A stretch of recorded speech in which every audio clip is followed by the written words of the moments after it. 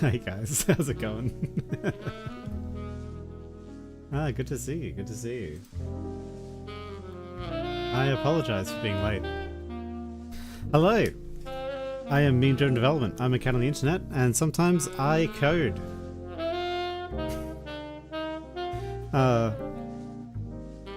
Man, I'll tell you.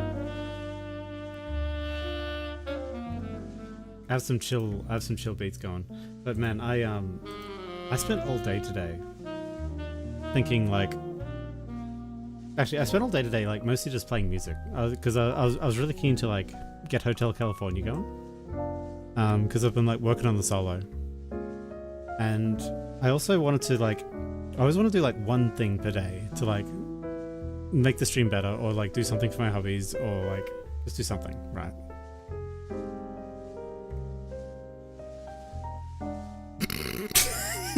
Nick.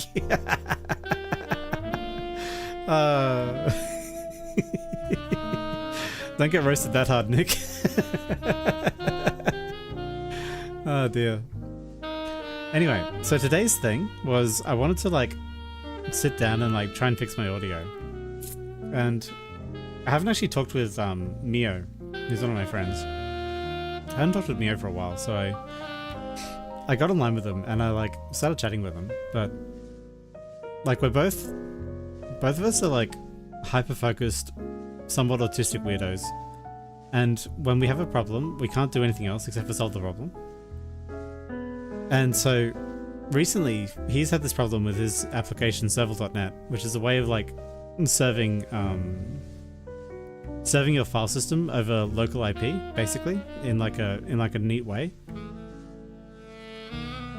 And my issue was my audio sucks. My audio sucks specifically with guitar. And guys, we fixed it. I just want to go over how we fixed it, because I did use Mia's help for this. I'm not going to take all the credit, but it's complicated. So, how does it work, right? Okay, so let me just take you through this real quick. Oh, and also yes, well, like obviously we're getting to React. I'm just this is the pre-stream. It's the pre-stream Zatsu, guys. So, I have the guitar, a very circular guitar, and my old setup was my guitar was played by me, and it was connected to an amplifier, which would emit sound, and then be picked up by a microphone, which was also hang on, I'll just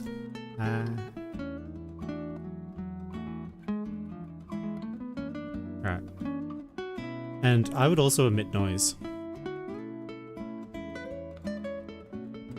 I would also emit noise into the same microphone. And then the microphone was attached. It would interpret all the noise signals. So all the noise signals would go into the microphone. They'd be muxed together in the mic. And then there'd be a computer here. Computer. And inside of the computer is OBS, which takes the microphone, and then also like one of the complexities is the computer is also emitting noise. So the computer's also emitting noise, which the microphone's picking up, and then it's like looping back into OBS, and then it's being sent to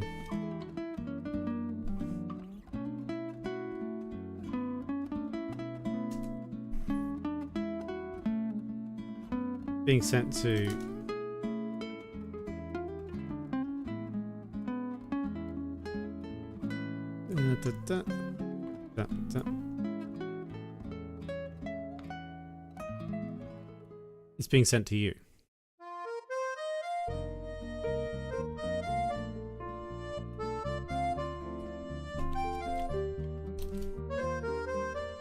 And this is the entire internet. And then your computer would emit the sound to you, basically. Now the reason this stinks is because basically there's very little control over audio quality. I needed a representation for viewers, Inferno.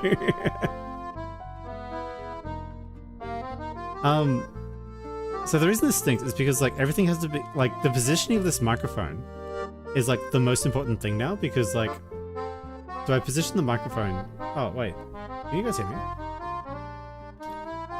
Oh yeah, you can. Cool. Jesus, I have so many audio inputs. This is like crazy. My OBS setup slowly got more and more NP hard. Anyway, so the reason this is hard is because like where do I put the mic? Do I put the mic on the computer speakers on my face, or do I put the mic on the amplifier, right? And somehow I just have to trust that like the mic's magical placement will like mix all of that inside the electronics here, and everything unchanged will like get to you. And basically it wasn't that great. Alright, so I looked up some, there's a guy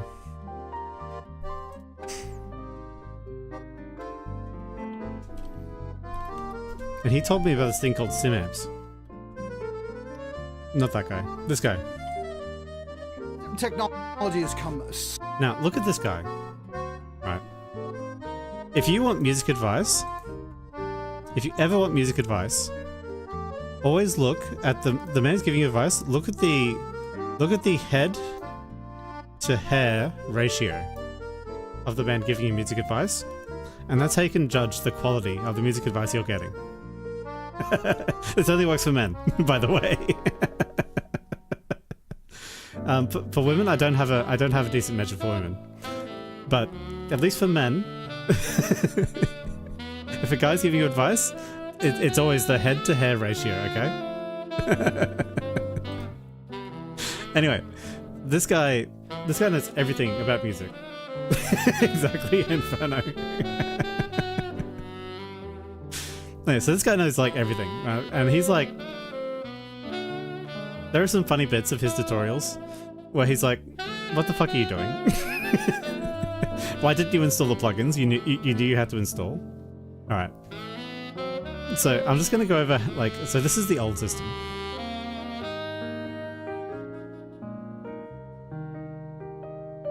Old. Okay, this is the old system up here. I'll make that more obvious. So, old. Yeah, so this is the new system. Okay. So, as before, I have a guitar. Now,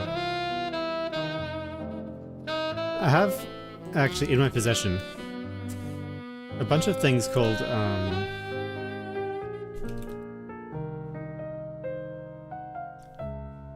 an audio interface.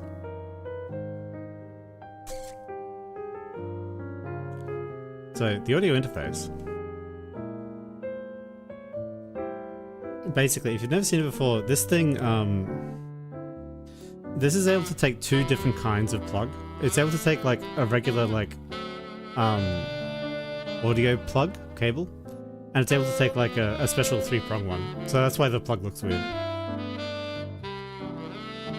The guitar goes into the audio interface, and the audio interface, instead of emitting sound, attaches via USB to the computer. And I've got to make the computer box bigger because the computer's more complicated now. Computer.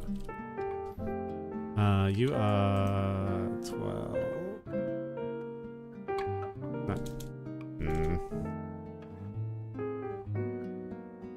Yeah. Computer. No! No, you're too small.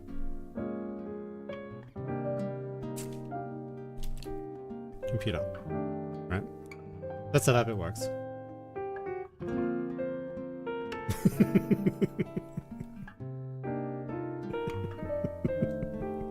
Oh, you're hilarious, mate. No, you still have me. You haven't gotten rid of me, so I'll make a funny face.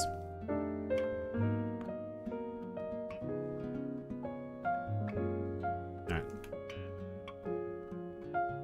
No. Okay. No. I got the soy face going. Now, the soy face is still emitting sound. That hasn't changed. And that's still going to a microphone.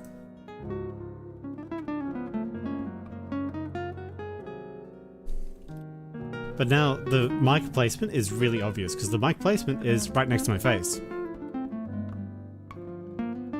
Okay. Okay, so that bit's easy. Now here's where shit gets real.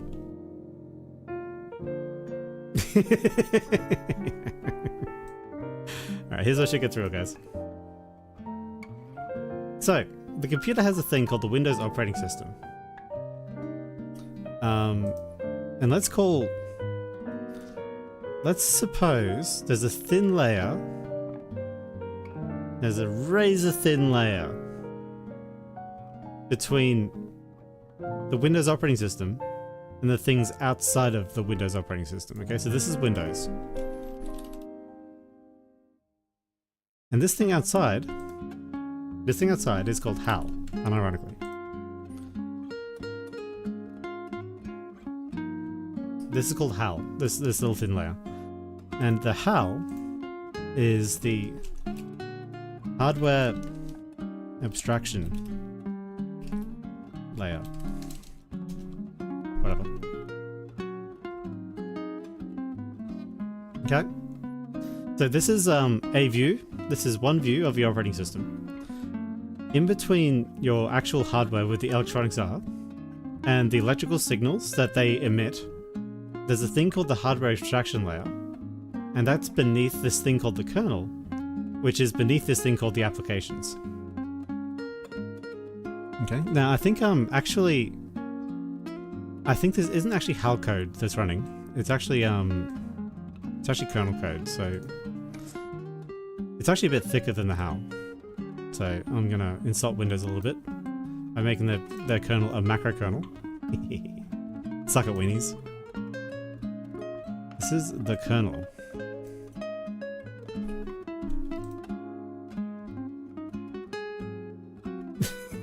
This is how to improve sound quality, trust me. I'm like, wow, audio engineers are either like geniuses or like really dumb for not figuring out an easier way to do this. But anyway, inside of one of these is a bit of code. And Henfona, you're gonna like this. It's a bit of code called 𝐒𝐤𝐢𝐚𝐥.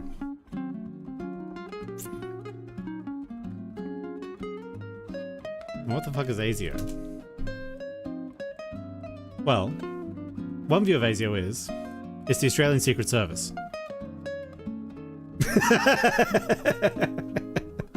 However, in terms of sound input-output, 𝐒𝐤𝐢𝐚𝐥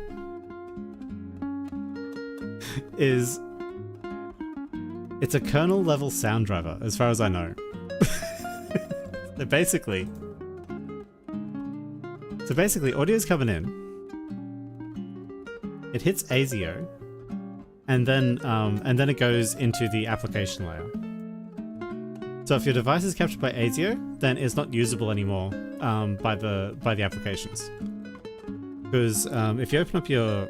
Oh, my cat boy's in the way. Zoom him over. If you open up your sound settings, your sound devices, you got a bunch of them here. And these are provided by the kernel. Like your listing of sound devices is provided by the kernel. And basically, there might be a way to capture them before they reach application code. Before they get through kernel code, basically. And the way to do that is you capture them in 𝐒𝐤𝐢𝐚𝐥. So, the reason I'm telling you about 𝐒𝐤𝐢𝐚𝐥 is because basically, this guy, this audio interface is now captured by 𝐒𝐤𝐢𝐚𝐥.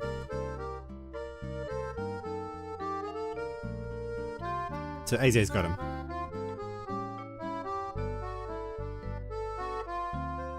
Right? And 𝐒𝐤𝐢𝐚𝐥 is emitting that sound back to me via headphones. Okay?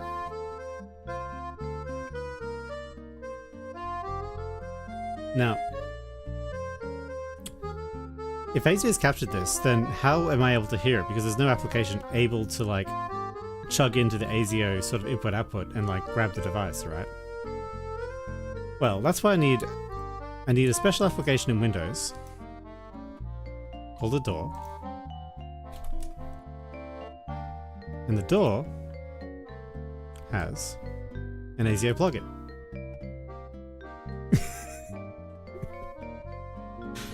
So the door has an 𝐒𝐤𝐚𝐥 plugin. And there's another piece of software on my machine called OBS. And OBS is monitoring my sound and visuals to send it to you guys. So inside of the door as well, what I need to do is, because the amplifier is actually doing something to the electrical signal. It's actually modifying the electrical signal from the guitar to make it like sound different. That's how you get like dreamy effects and like reverbs and stuff like that. So inside of the door as well, I need a separate set of applications called amplifiers. And these are separate plugins. And the door has some sort of, you know, audio output that it's sending to me through 𝐒𝐤𝐚𝐥. Okay? So there's a track on the door that's sending a master output back to me. That's all good. However, OBS is directly monitoring my microphone, right? OBS is directly monitoring the microphone. That works, okay? And what doesn't work is because the Focusrite is being captured by 𝐒𝐤𝐚𝐥, it can't see the fucking audio, can it? So there's no Focusrite in my list of like audio capture devices. So what I have to do is, inside of OBS, there's a special program, there's a special plugin for OBS, which will, and there's a special plugin for this guy, which will use TCP/IP, of all fucking things, TCP/IP, to send an audio signal to OBS, so that OBS gets the exact output of my door. And then, using that information,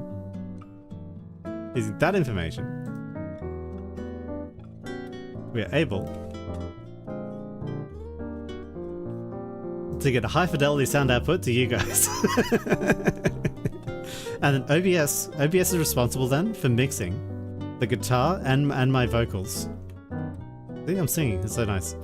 So the guitar and my vocals are now mixed in OBS through the door to get to you guys. Now the question is, why is 𝐒𝐤𝐚𝐥 required? Because basically, without it, the guitar is basically unplayable. I need it to be able to play the guitar because there's a latency in using the software, and I need like low latency because otherwise the amplified signal that comes back to me is like different to what I'm playing. It is unreasonably complicated, Nick. It is definitely unreasonably complicated. It's like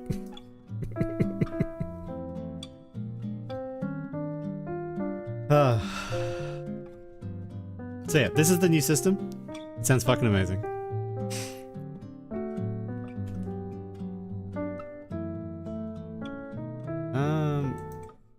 How audio works. There you go.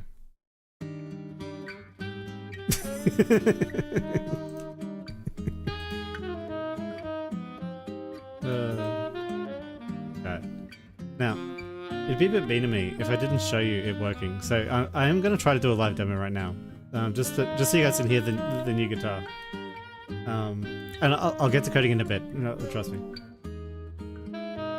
Okay. Oh, so firstly, I have to turn VLC off for this because VLC is going to stop working. Because the only sound that's going to come out is sound that comes out of the door. So here's the door.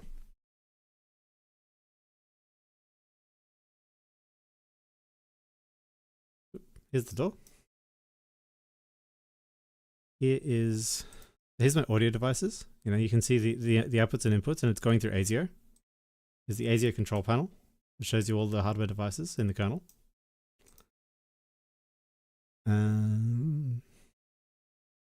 Okay. Now here's a thing called restream. And so this is the restream on the this is the restream sending side. And I'll just bring up the restream receiving side. Oh, I have to yeah, that's what I'll do. Add an audio input capture. Door. And I can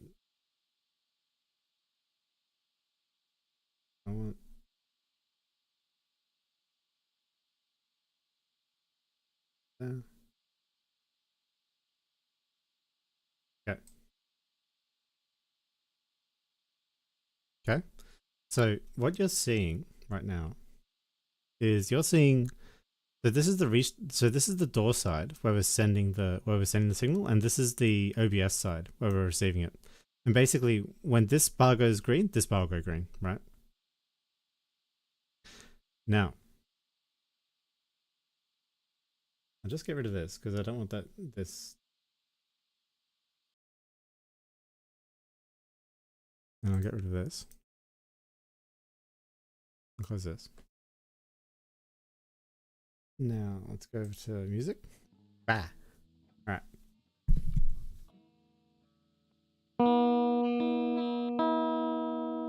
Hey, you can hear it, right? So.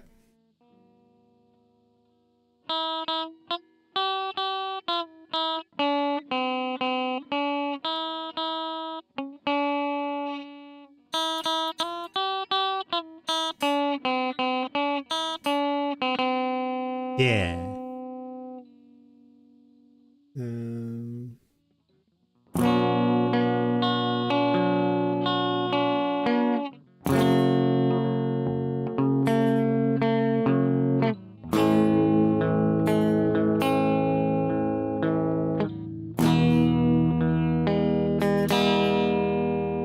Yeah. So yeah, it works. Oh, actually, and the thing I'm practicing today, because fuck, I was doing this a lot today. Let's see if I nail it actually.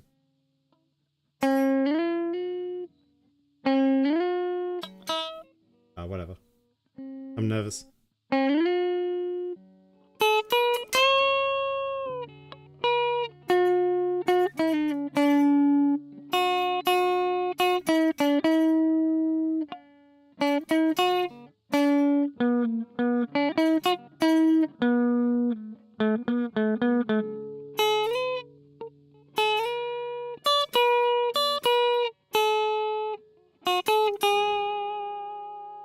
Yeah. Ha! Ha! It works. Thank God. Alright. I'll just, yeah.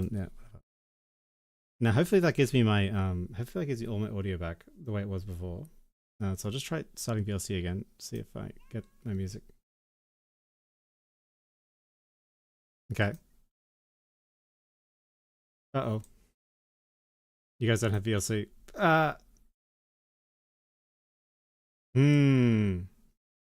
I've made a serious error.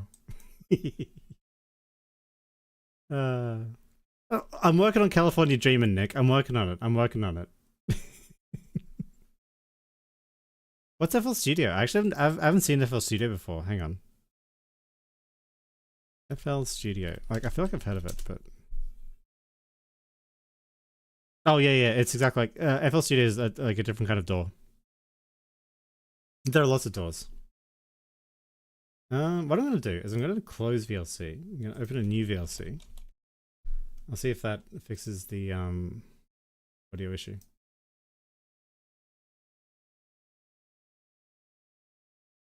Oh no.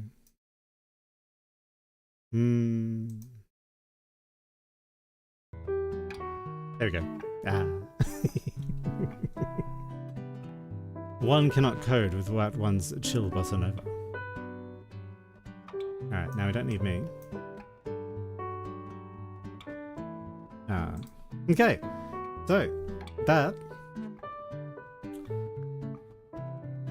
is what I've been fucking working on, is getting that guitar working properly.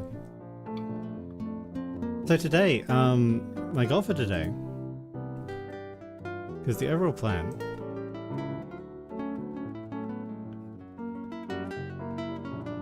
interesting.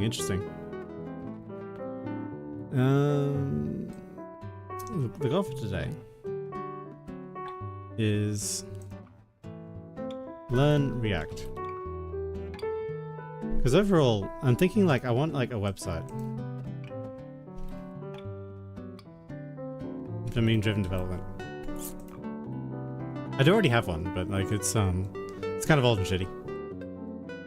Build a website, and the website should have in it, I'm thinking like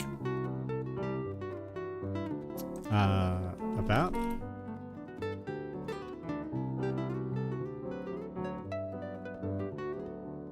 learn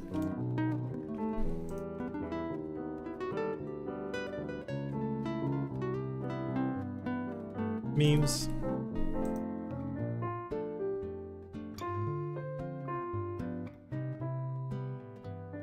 blog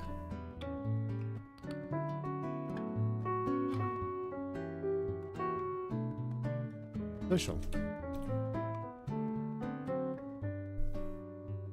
And I'm thinking in social we can have like a games calendar.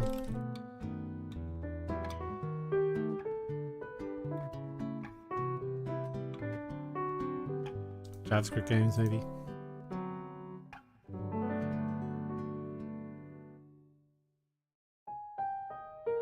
Then we can have projects.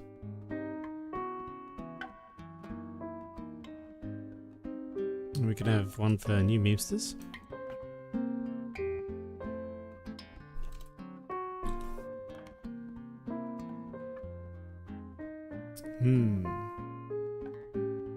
We should also have under the about, you can say like the about the capital and also, well actually cat dev.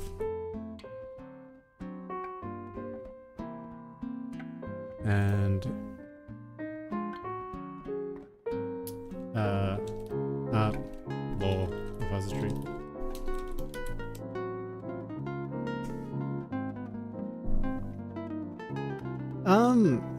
Can you make a website in C? Not exactly. In some sense, all websites are C.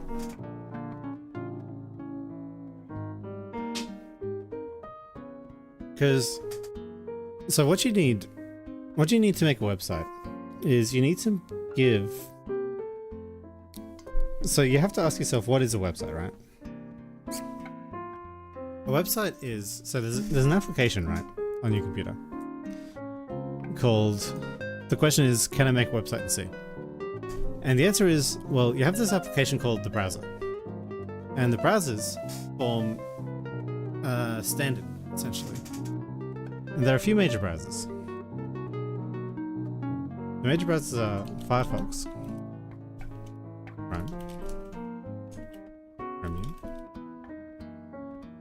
Iceweasel, Opera, Safari, Edge IE, Brave, other. Right, these are the major browsers. And all browsers fundamentally do the same thing. What they do is, this is an application on your PC right now. Okay? So this is an application written in C++, compiled to a binary that lives on your machine. It's an exe file. When you double click it, the program starts executing, and then you get your user context here. So if I go to a website, let's say I go to my favorite website, YouTube.com. No, they probably are, but like, you know, whatever. That's a much of muchness. So what happens when I go to YouTube.com? Well, the website made a series of HTTP requests.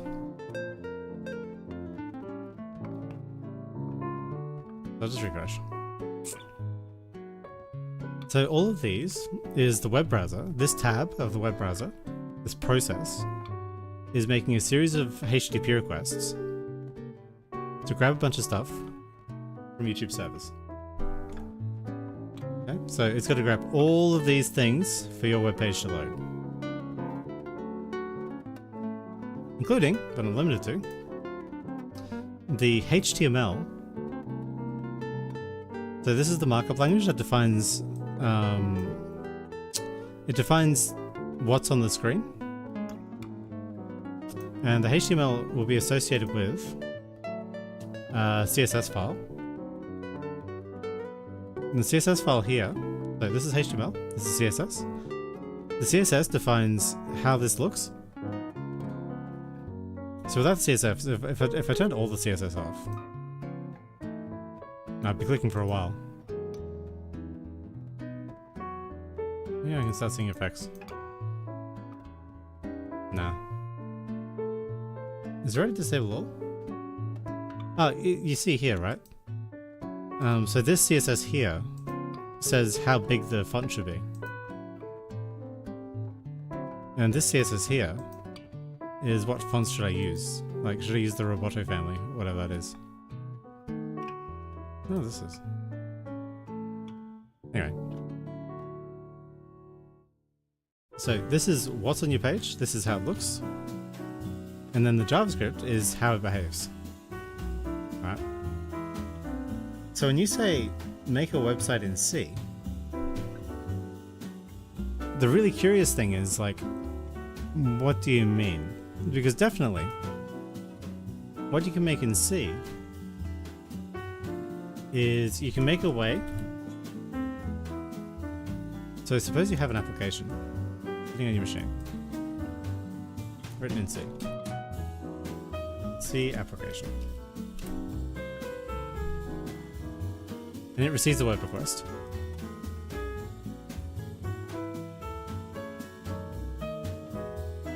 Ah!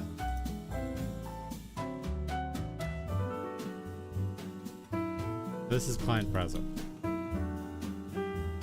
Now certainly, any application is able to service web requests. Absolutely. So you can have a C application which takes a bunch of files on your machine,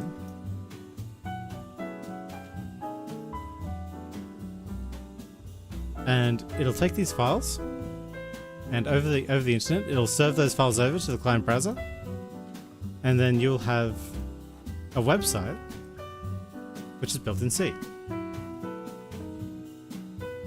Okay? But you're still going to need HTML files, CSS files, JavaScript files. Well, that's cool. That's cool. I didn't know that. Yeah, because WebAssembly. Yeah, I'll talk about WebAssembly in a bit. Yeah. So they all turn into beeps and boops. That's correct. Yeah. So basically, what I'm getting to is, so you have these things called JavaScript files, HTML files, and CSS files, and they live on the client machine. Like, they're sent to the client machine by your application. So this application needs to somehow generate these, and the interpretation of these is standardized, which means there's a committee, and I believe it's W3C.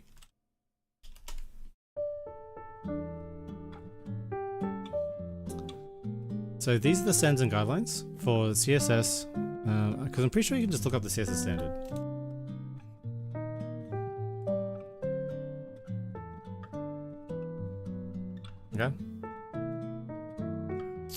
Basically, this is how CSS works.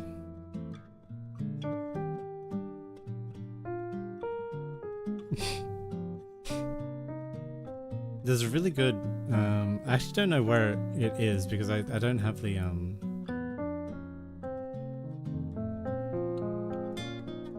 oh, is this the,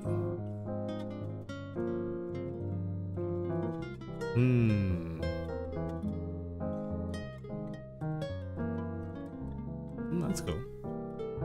Might be a fun article. Yeah, have fun.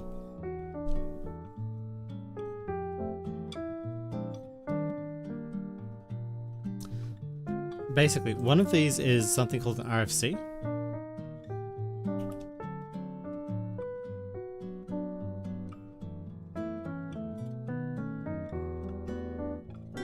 And it defines like, it's like a really boring document like this. And it defines everything you can possibly do in CSS. And there's a similar for HTML.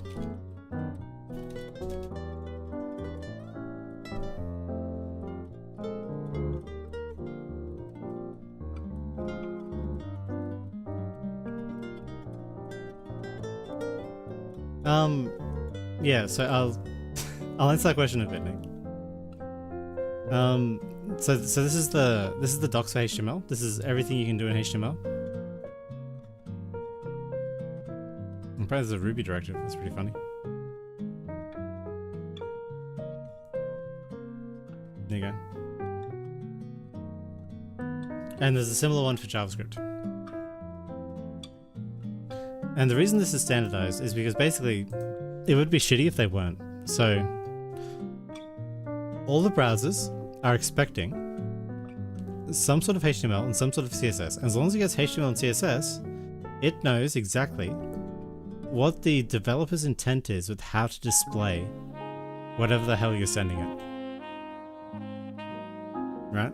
So as long as you're given well-formed HTML, well-formed CSS, then your browser should display something that makes sense. And just displaying stuff is cool, but that's not really what we want to get to. What we want to get to is a place where we can like interact with the website and like do forms and behaviors and whatever. That's where JavaScript comes in. And JavaScript is interpreted after everything else. So it's after the HTML loads, after the CSS loads, the JavaScript is interpreted. And it's a listing of functions that sort of just sits there and waits for the user to interact with it. And effectively anything inside of the render target, so everything below this line, is a target for something the JavaScript can modify. So anything here, like it can make canvases, it can make whatever.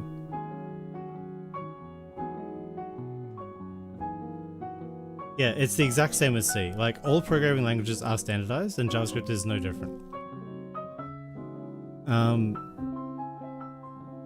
Now, what 𝐒𝐤𝐚𝐥 said before was interesting, is that so WebAssembly, relatively new, I think it's 2014.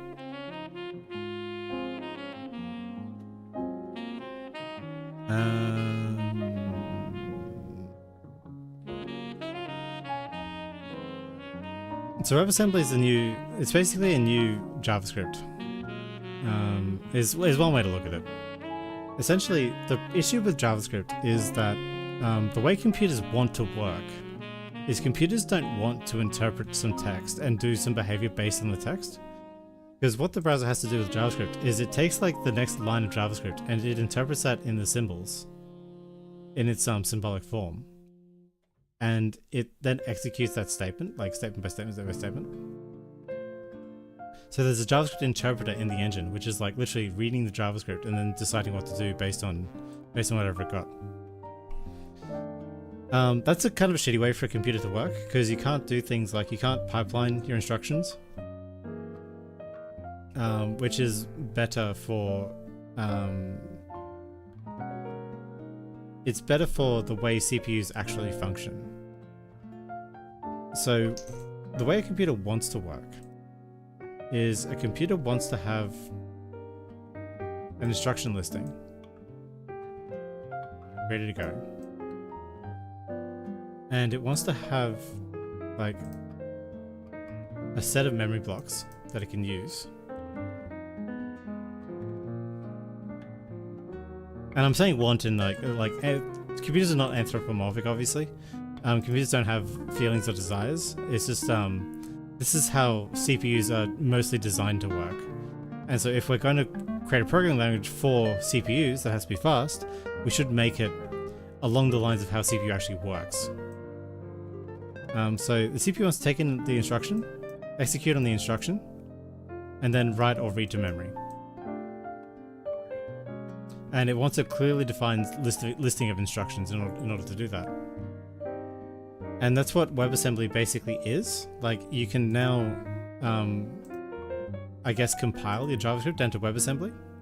And one of the cool things is, because WebAssembly is just an assembly language that works off an intermediary language, that means that other programming languages can have WebAssembly as a compiler target. So, you know, I could be writing my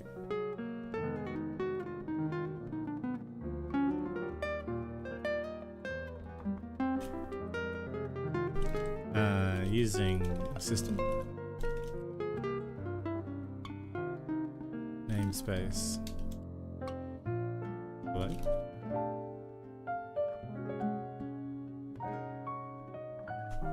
I am a C# developer.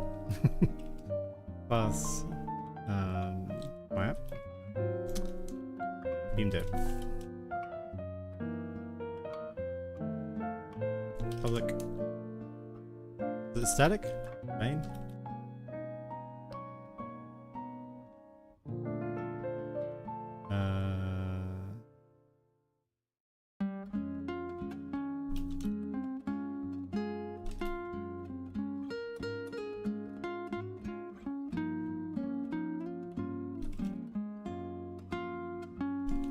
Okay. Meme cat. Oh, yes. Yeah. So this is correct C. So this is correct C#, right? I think it is. I actually don't know. Maybe this won't compile. I don't care. But so this is C#. This isn't JavaScript at all. And the question is, like, can I write C# such that it gets... Because as long as my C# will compile to WebAssembly, I can ship the WebAssembly file, like over in this image. I can ship the WebAssembly file over to the client browser, and the client browser will understand it. So that's really exciting. It's an exciting new development in the web ecosystem. And this is probably close to what you mean when you say, like, can I write a website in C? Because you'll still need markup. Like, you still need markup to say where everything is. You still need CSS to say, like, what the things are. But your C application, if it could do JavaScript, well, it can do everything. Like, because your HTML, keep in mind, your HTML can be as simple as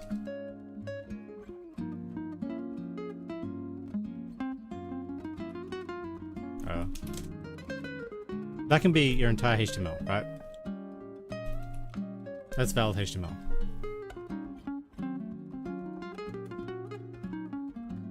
Like, if I open that in a browser right now,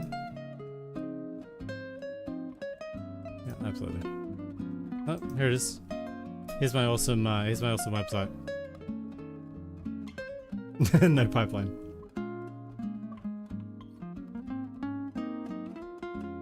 Oh, really? Yeah, no, that's a similar thing in actual assembly as well. If you ever write actual assembly, you'll find you're crazy, Nick. It's hilarious. You'll find that if you actually ever write assembly, you'll find that most of the assembly that you write is going to be like calling macros to call out to the Win32 API to get the operating system to do stuff. And there's very little actual, like, useful assembly you can personally write. Which is why it's generally not, like, faster to write your own assembly. Anyway, I can style this, so I can... I think it's style. Oh, it's been so long since I'm not even gonna guess. Anyway. you still need HTML, you still need CSS, and then your JavaScript can sort of do the rest. So your JavaScript can like take this, it can add children, it can put in divs, put in static content or whatever. So as long as your C application compiles to WebAssembly, you can probably write something that'll like create a website for you.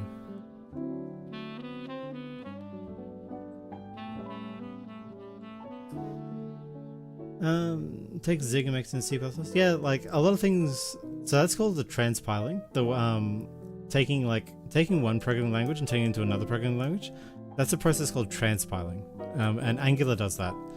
So Angular writes in a language called TypeScript.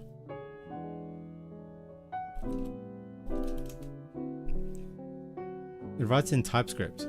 They write stuff in TypeScript, and then you compile it over to JavaScript.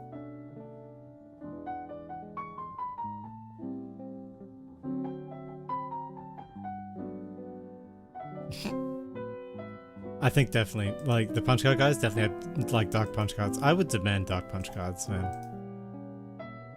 Anyway. So, website planning. Let's go. Now, I've never used React before, so it's going to be fairly interesting, but I don't know if I'm going to get all of this done today. I'm like, you know, I'll just make some stuff. Hang out with you guys.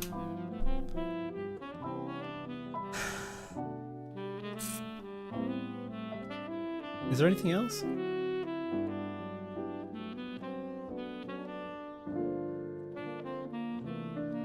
Probably a stream. Probably like a content.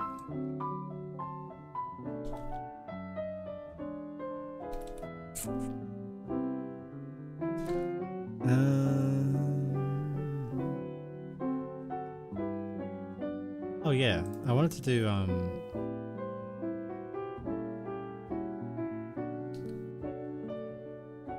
so in infrastructure,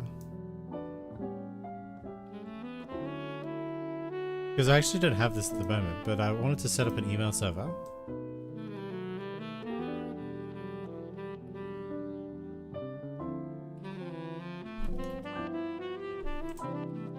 And I also wanted to set up a GitHub repository, a Git provider.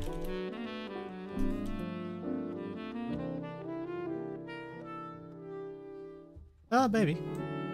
I actually, yeah, I am aware that there are React scaffolding tools, so I'll probably use that to like understand what the hell a React app is, and then I'll go from there. I'm gonna try and avoid TypeScript if I can, because I think TypeScript's gross. TypeScript is exactly JavaScript++. It's JavaScript with objects.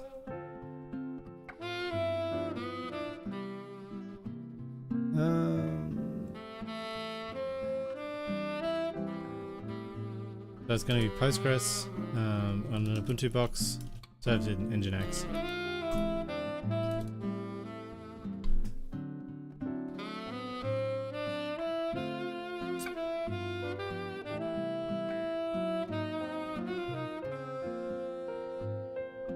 And I think for backend,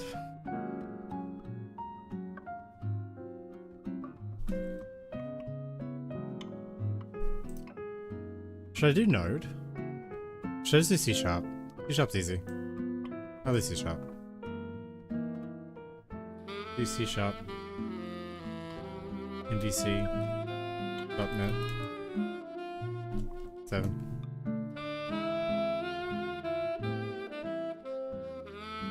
Yeah, then I can use Entity Framework with Postgres. That should be nice and easy.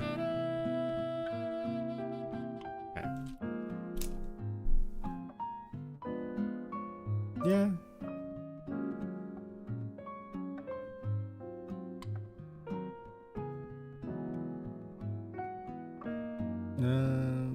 Learn React?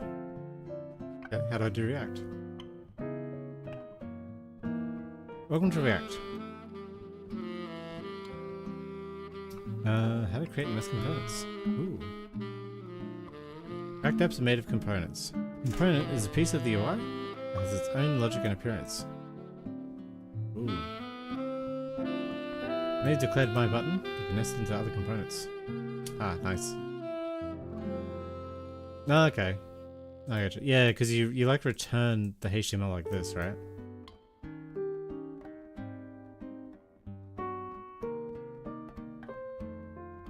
Okay.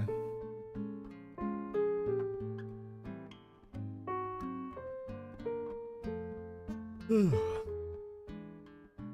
so I got a my button and I'm button. Cool.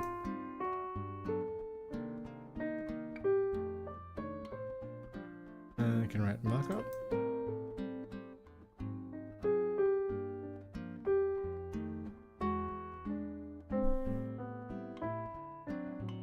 JSX is strict on HTML. Aww. Aww.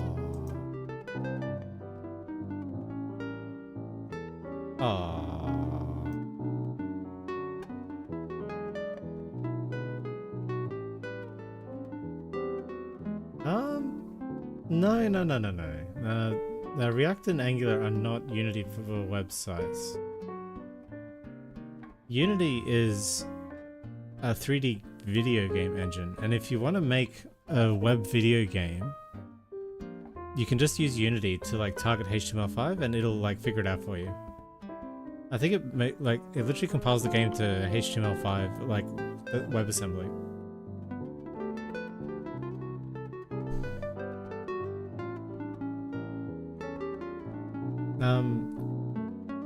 It's literally like what you're doing is you're making JavaScript. Like this is JavaScript, essentially. And you're saying this JavaScript function is going to return like some well-formed HTML. Styles, displaying data, cool.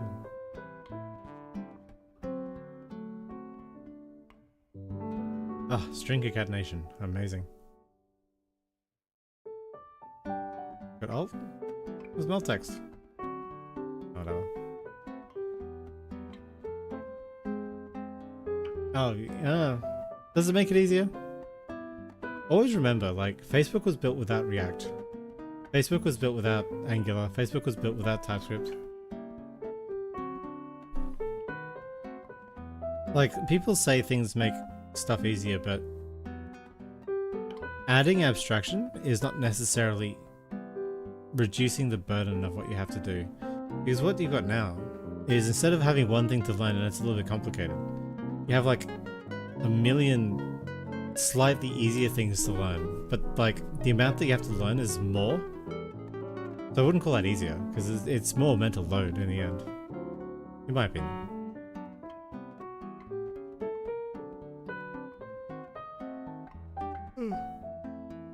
Because I mean, okay, like let's take this for example.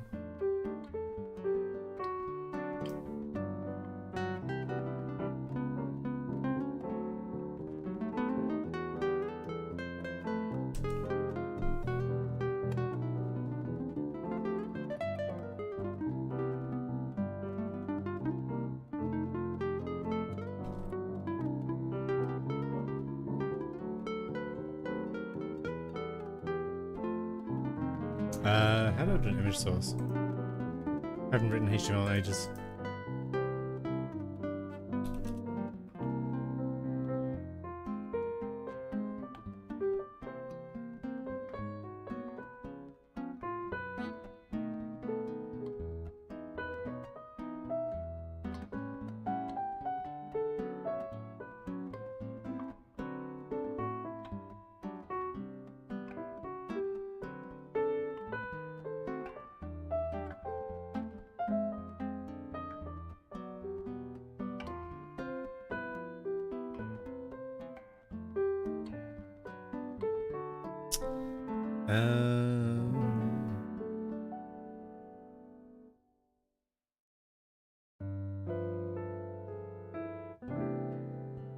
Okay.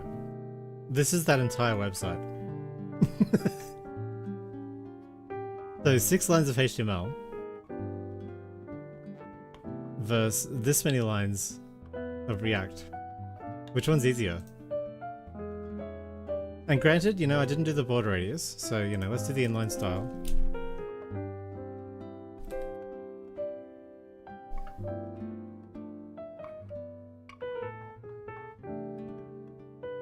Okay.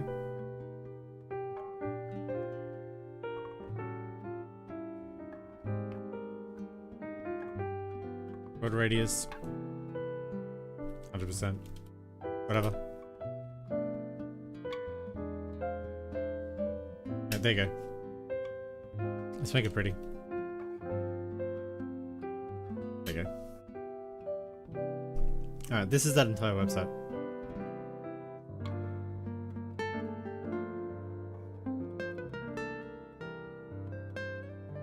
So basically, like, instead of learning how to do this, if I just want Hedy Lamar's website, I mean, there it is. I don't think this will actually work because I think if I click it, it's not going to show the image because of security settings. So you have to download a service, a local host web server.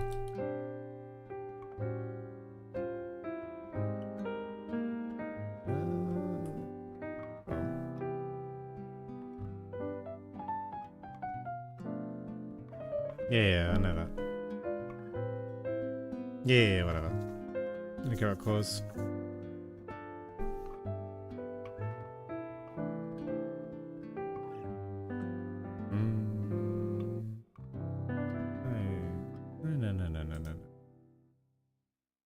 No. There's one called Mongoose for a while. I was using that for a bit.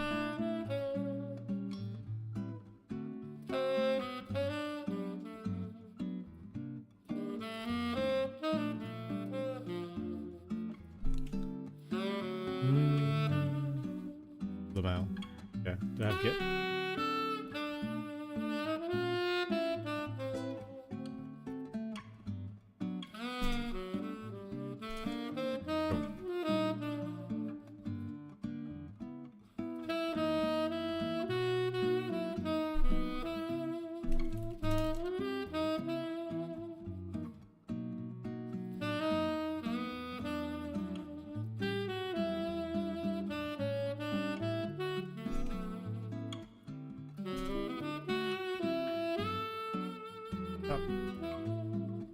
And then the mongoose.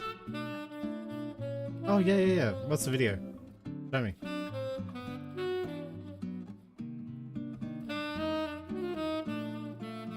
Exactly. Yeah, you're exactly right. Could have said better myself.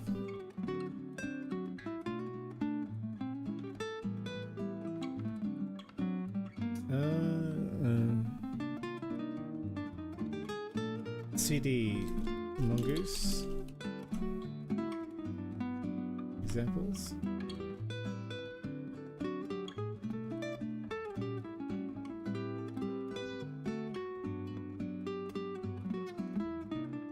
CD dissenter.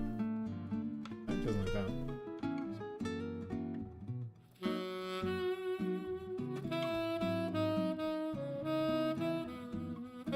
Here's mongoose.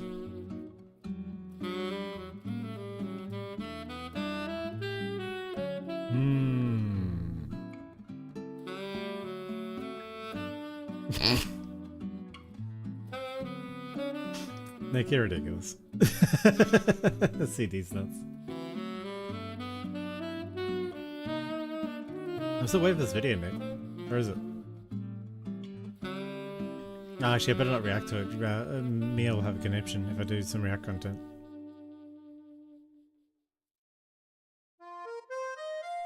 Fine, I'll read your readme.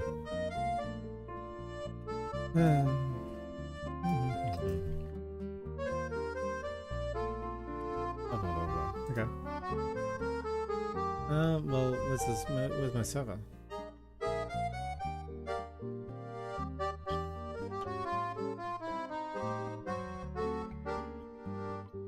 Oh, HTTP-server.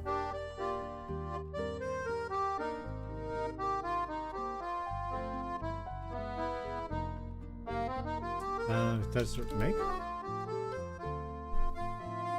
No, I need make.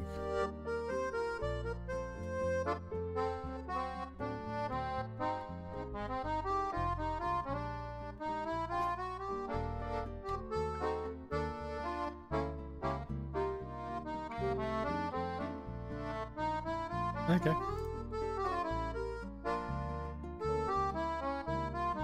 I have to do this. It's ridiculous. Can I just have ones already put for me? I don't want to use this. Forget it. Too hard.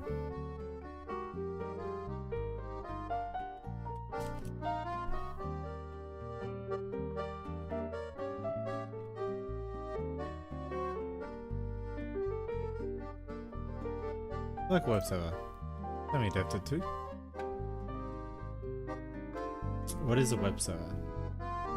Good question.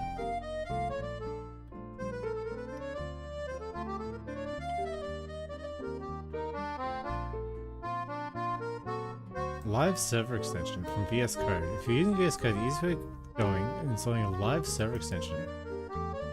Okay.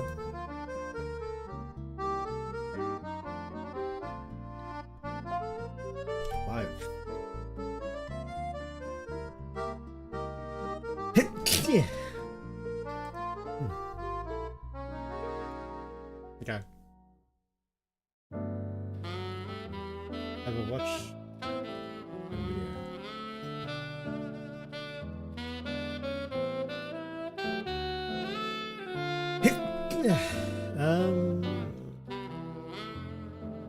How do I download it?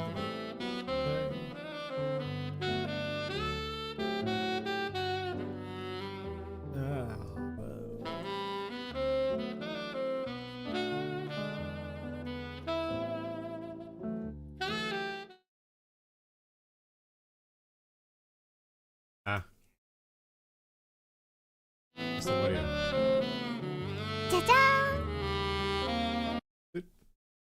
People? Are you recording? Is this mic working? I don't like it. So I'm a self-taught JavaScript developer. I learned JavaScript in a boot camp. Should you learn JavaScript? Beautiful. Absolutely. Here, I'll send you a good Udemy tutorial. Oh, there's a new library out? What's the name? I switch companies around every 6 to 9. Yeah, exactly. I can't react to the whole thing because of like the TOS and whatever.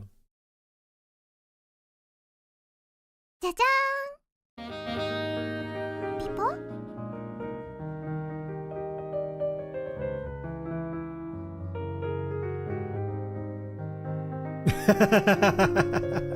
I know what a web server is. I just need to find one that actually works for me.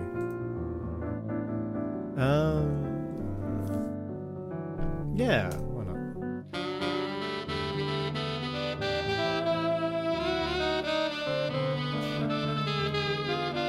Okay, I've got a web server. Folder. Desktop. Yeah. Yeah, it's fine. Go live. Yep. Okay. Guys, I'm live on 5500. That's my index. Index.html. Oh, what? Why? Why?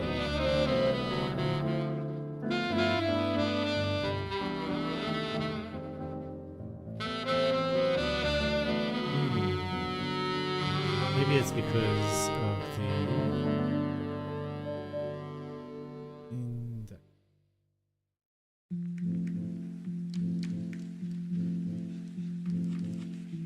Might be because of the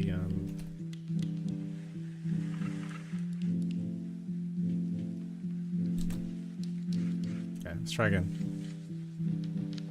Oh, look, it works. Ta-da! Alright. So in theory, I've completely negated the purpose of that React app.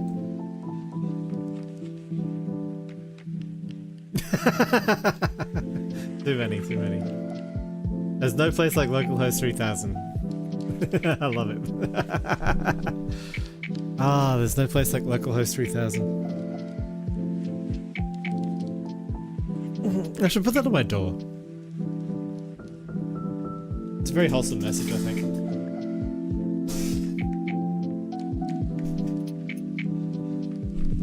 How many production outages have I caused? Too many.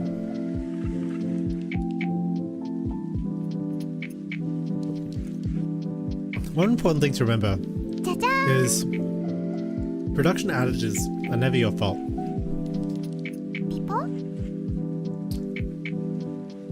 The reason a production outage occurred is because some process around you failed.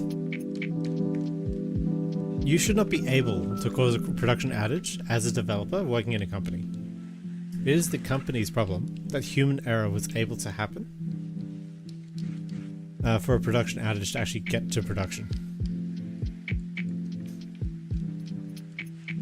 That being said, human error happens all the time, and you know, even Microsoft has production error. Even Microsoft has production outages, so it's not a big deal. Ah, it's so beautiful.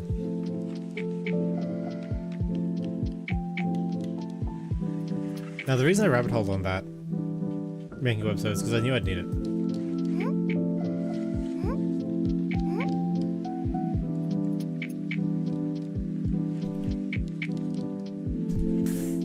Actually, I call it meme-driven development.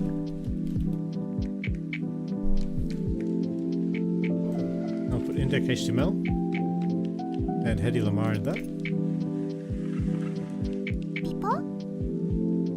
Now I've got my VS Code.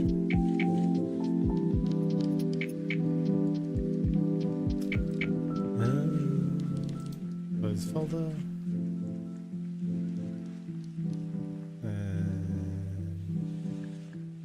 Folder.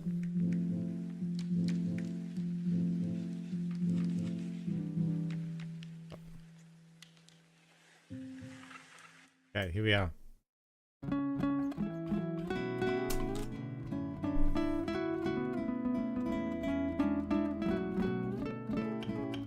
Oh. Beautiful. Alright.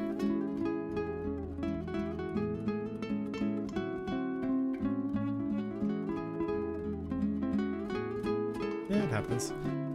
There's a really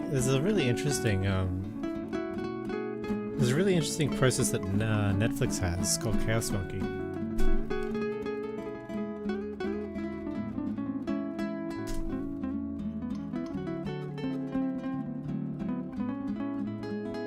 So 𝐒𝐤𝐢𝐚𝐥, basically it unplugs a bunch of servers. So it randomly terminates virtual machines, instances, and containers that run inside your production environment. Exposing engineers to failures more frequently incentivizes them to build resilient services. So they just run 𝐒𝐤𝐢𝐚𝐥 randomly. And if your code breaks, it's wrong. Did they actually run this in production as well? It's crazy.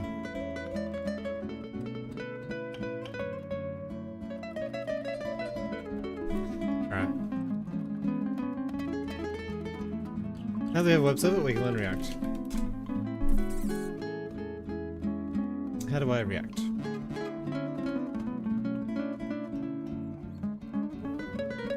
Installation. Quick start. Start a new React project. React has been designed from the start for a gradual adoption. You can use as little or as much React as you need, and if you want to get a taste of React, add some interactivity to a HTML page, or start a complex React-powered app, this section will help you get started. How to start a new React page. You don't need to install anything to try to play the React. Try editing this sandbox.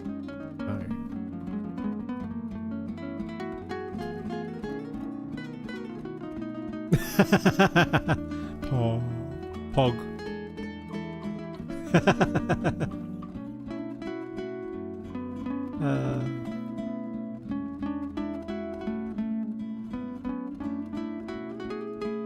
Hello, Dolly.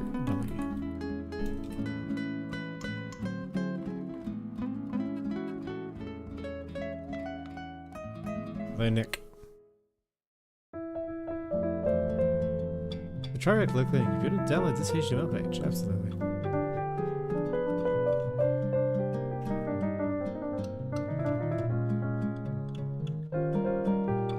React is so simple.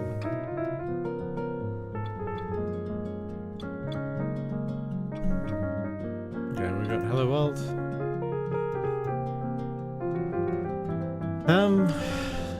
So this is the entirety of React.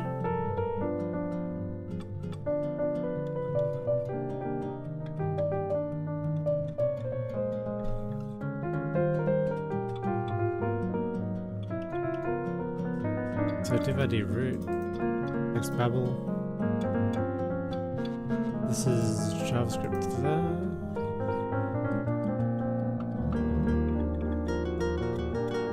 It's still compose.js xbabel in the browser. Okay. Interesting. Main. Okay. So if you're looking at this and you're wondering like where's the main function? So by convention.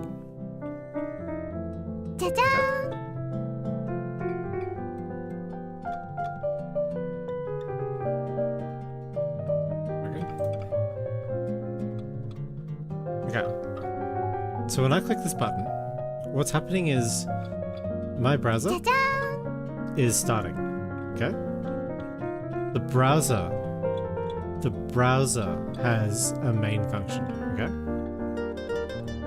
So this process, when it starts up, there's a main function, and inside that main, it instantiates a whole bunch of things, including the overall render target of the browser,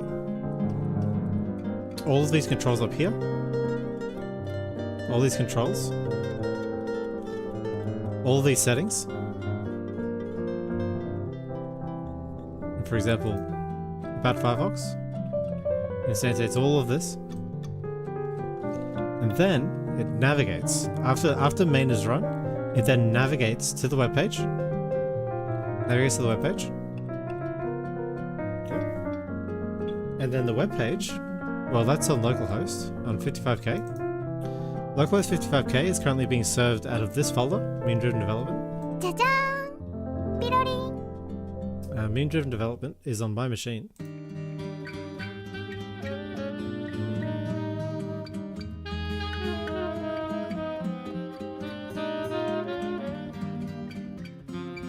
Okay, this is mean-driven development. So the web server is going to serve this back to the browser. It's going to serve an index.html. By convention, it says index.html by default, if it's not given any other directive. And then this HTML page is sent to the browser. Okay. If I look at this, so we navigate to 5500, we grab an index.html, and this HTML is loaded. Now what's in this HTML? Well, the way HTML is interpreted, it's outside in. So we go send HTML tag. We go to head tag. The head tag tells us that there's a title. So title, hello world. Gets put there. Hello Capo. See? I can change that. And then these scripts all go somewhere else. So this is a directive saying, hey browser, I need that script. Go to this location, and then all of this JavaScript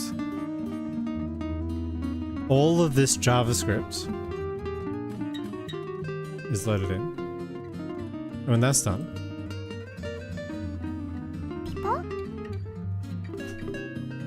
all of this JavaScript is loaded in.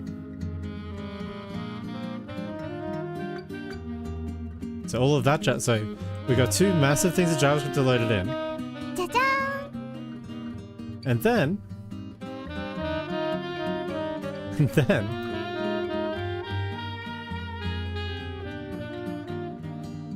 all of this JavaScript is loaded in.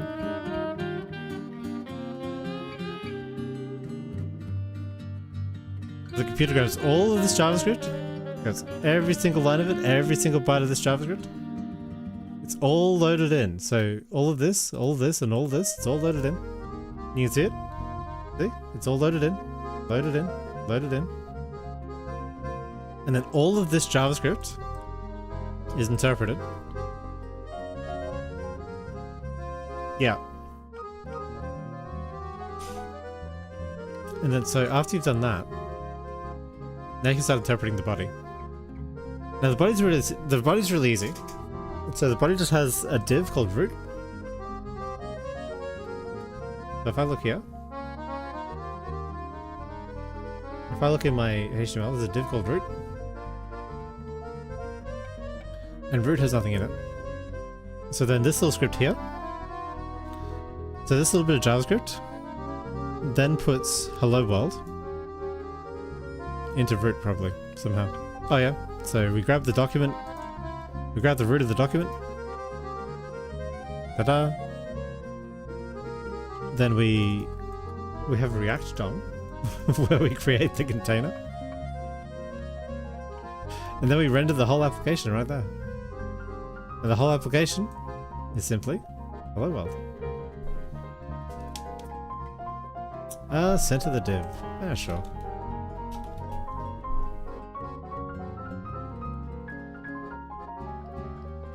Actually, I should center this one.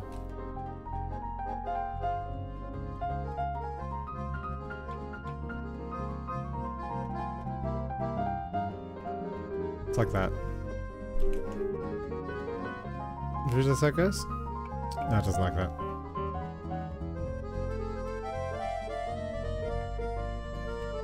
No,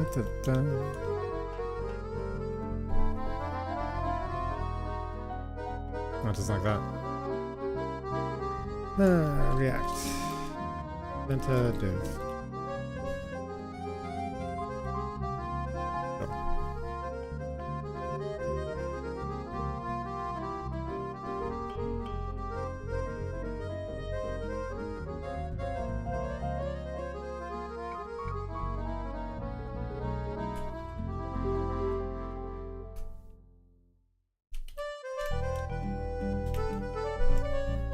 Are you serious? This is so ridiculous. There you go, sent it. I did! I just centered it, look! Perfectly centered. It's centered vertically and horizontally, it's perfect. Junior programmer. Look. Part of the point of this series is to show you that even senior developers, when they're learning something new, senior developers with 10 years experience have no idea what the fuck they're doing on like a brand new paradigm, a brand new project, a brand new language. So yeah, I just fucking Google it and I get the answer. I've been re-promoted, nice. I'll drink to that,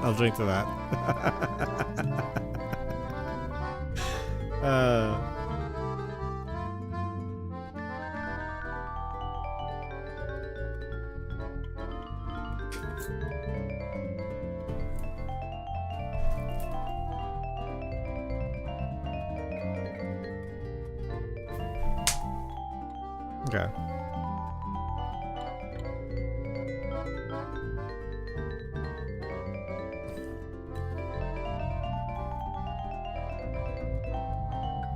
So, yeah, I mean, like, look, this CSS is an absolute meme. Like, what the fuck is this? Why is this how you center a div? That's so ridiculous. This is dumb. You need literally 4 directives. 4 fucking directives to center a div. This is so garbage. Whatever. Okay. So React exists, basically, inside of these. And the reason these exist is to make your code. But this is the runtime. And then this is your code. And your code is very small and neat because the runtime exists, basically, to make the code easy. Text line center. It's the...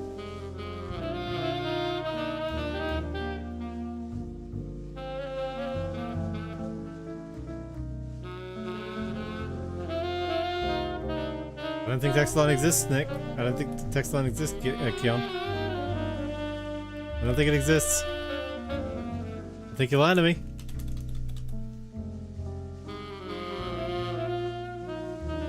Whatever. Okay.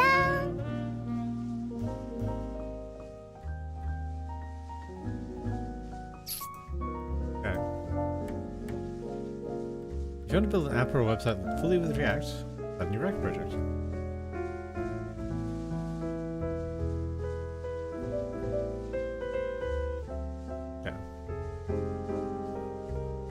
Now, tab management is a very important skill for a senior developer, okay?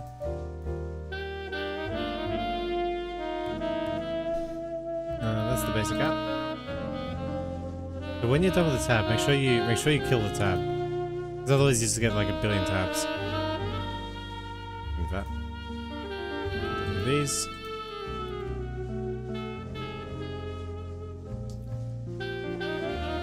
Quick starts. Start a new React project.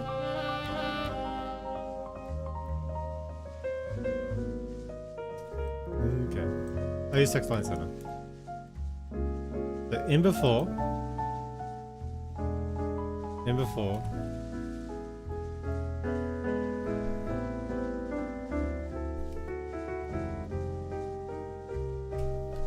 Look at that, alright? That's fine.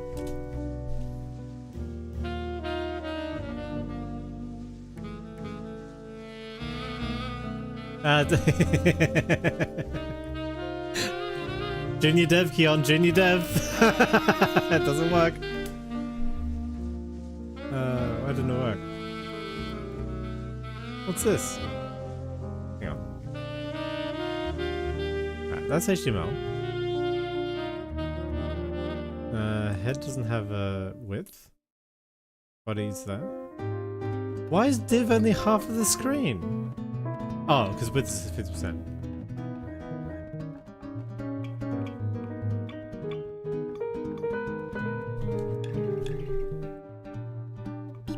There you go. All right. You've been re-promoted to senior.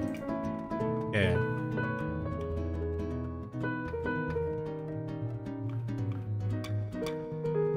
My bad.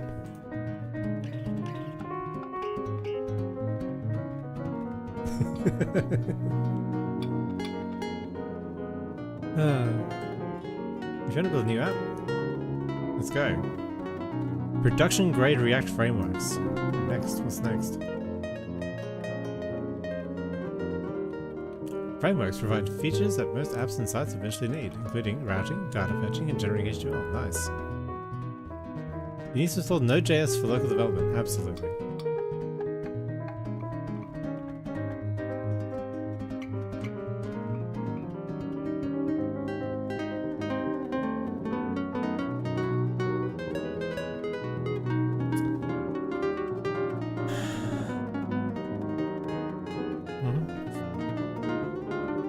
Next.js is a full-stack React framework. It is versatile and lets you create React apps of any size. If you're new to Next.js, check out the Next.js tutorial. Next.js is maintained by Versal. You can deploy Next.js app to any Node.js serverless hosting, or to your own fully static Next.js apps can be deployed to any static hosting. Remix is a full-stack React framework. Man, there's a really cool song. Hang on. Ta-da! I'm gonna get copyright dinged, but I don't care. And there's a really cool song. Oh. Guys. The audio is being doubled. Ugh. Disgusting.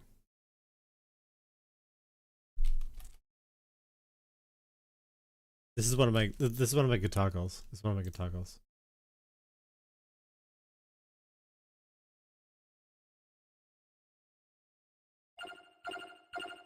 No.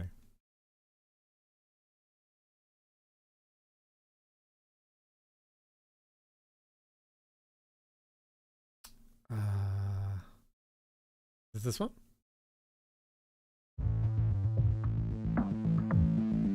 No.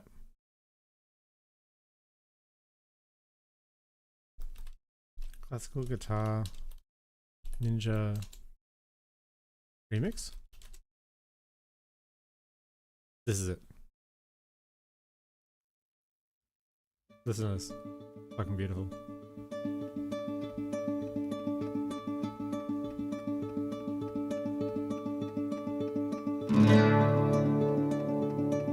You just feel that chord coming, you know? It's in your soul.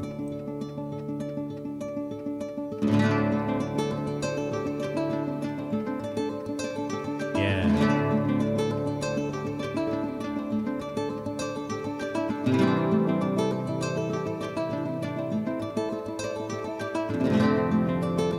Alright. I reckon I'm gonna go with remix. I'm down for remix.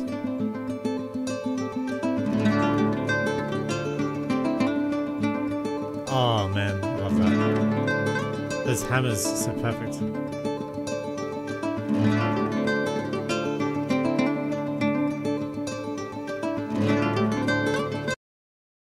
Oh, I'll let it play through.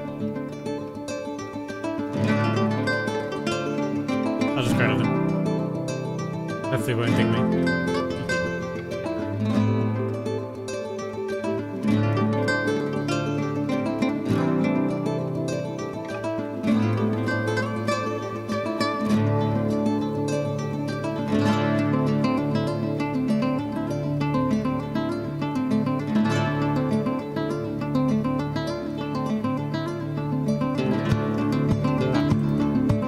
The man must use his plumbing.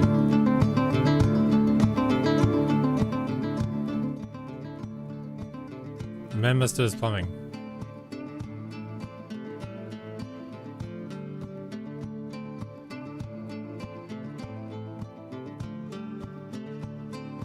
Oh yeah.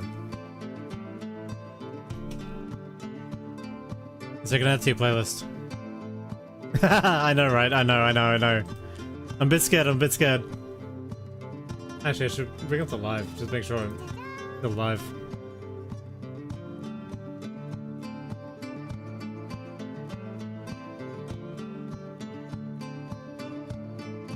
Alright, I'm still live. Remix. Oh, let's go.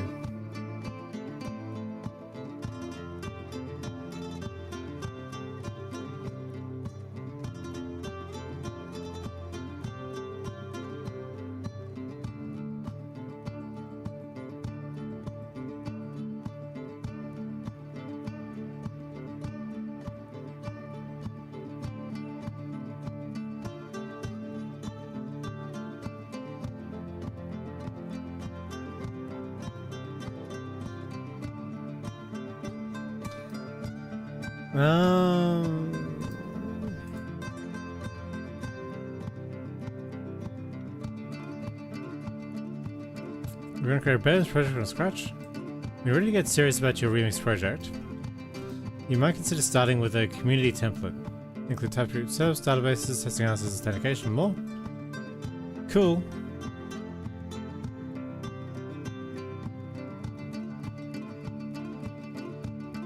Okay, do I have Node?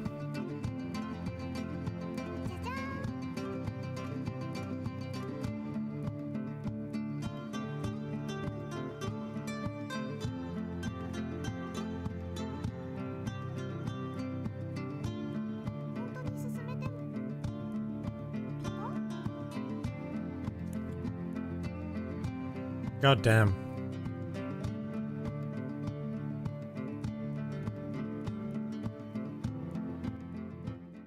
Alright. That's not Ninja Remix. to enjoy the last minute, please go to check out his. Oh, what happened to Crisis? What happened to Crisis 3?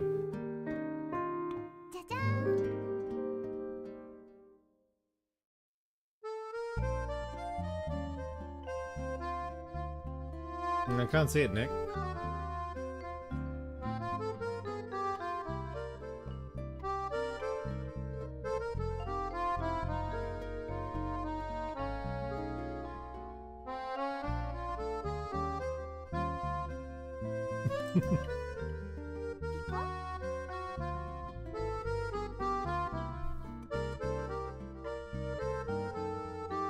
Oh, actually, I should check that my music's actually going through.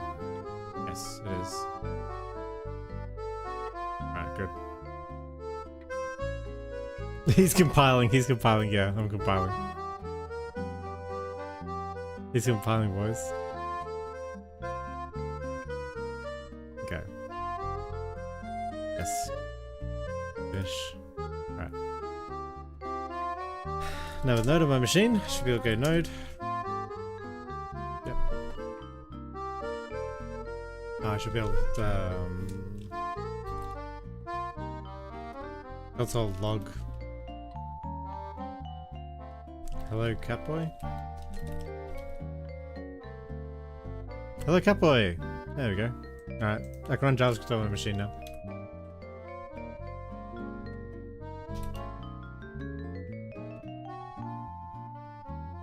I've got node? What now? What's next? Remix?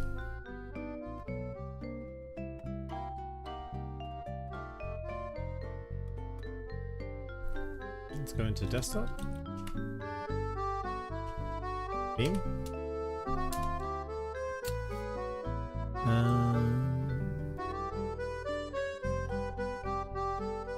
NPM. Okay, NPM exists. Let's go.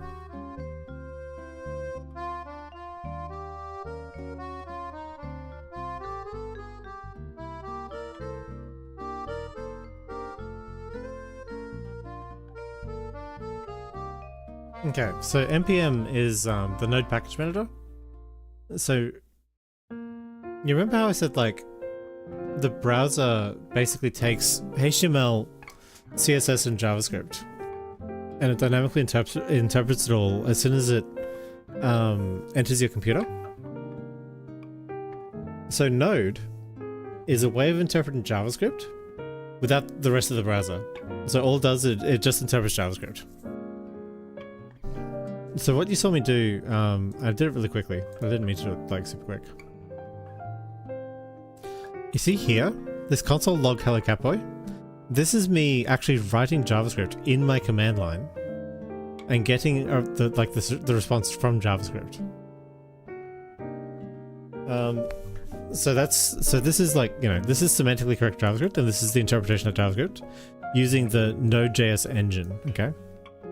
So Node.js in some ways is like a mini browser, but the thing is Node does not understand HTML, doesn't understand CSS. All it understands is the interpretation of JavaScript.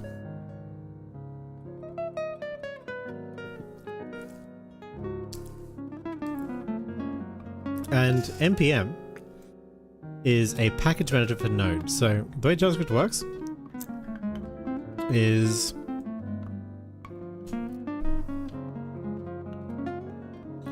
there's a bunch of JavaScript files available for you to use. For example, Lodash.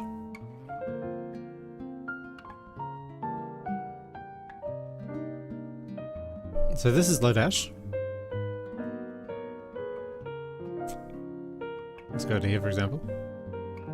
So if I want to use Lodash in my project, I just npm I load. I believe all I have to do is do npm I Lodash, and it will install this JavaScript file for me to use. And then all of the types in Lodash will be available to me.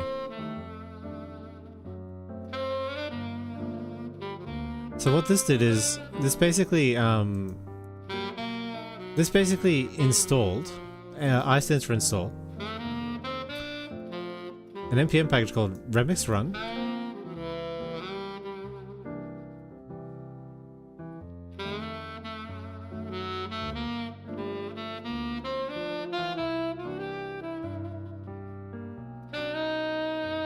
So it just installed this code on my machine.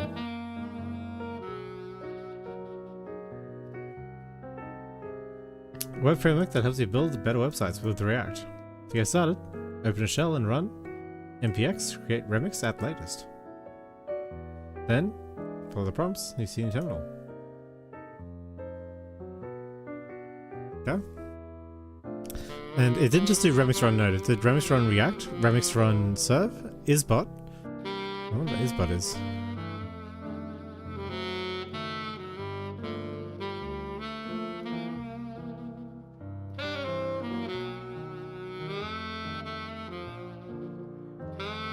The text bots. Cool.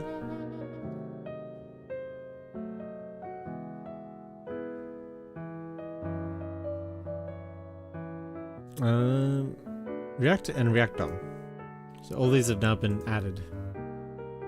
And where have they been added to? Well, npm manages itself by its own node modules folder. So, whereas before I had an 8-line HTML file, I now have over 100,000 lines of JavaScript to run my to run my shitty little website. Modern developers look at this and they're satisfied. Like, oh, this is so easy. Oh, nice. I have Chocodar. Cool. What's a Chocodar? Chocodar. Ooh. Minimal, efficient, cross-platform library, file watching library. Oh, nice.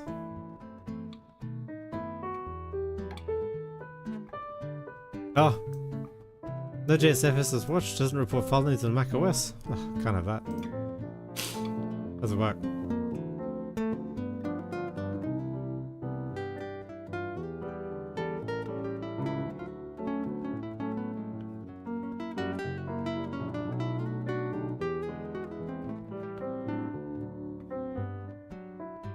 This is when you say, like, JavaScript was a mistake.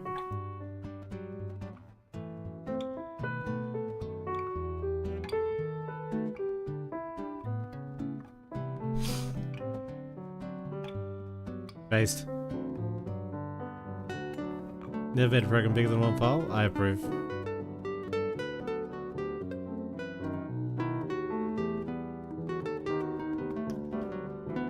Anyway. That's pretty funny. So,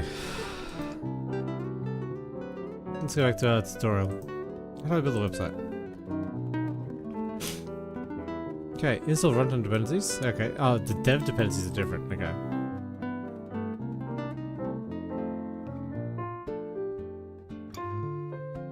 So these dependencies here are just the, so this giant list of node modules is just the dependencies required to actually run the website. To develop on the website, I need an additional set of dependencies.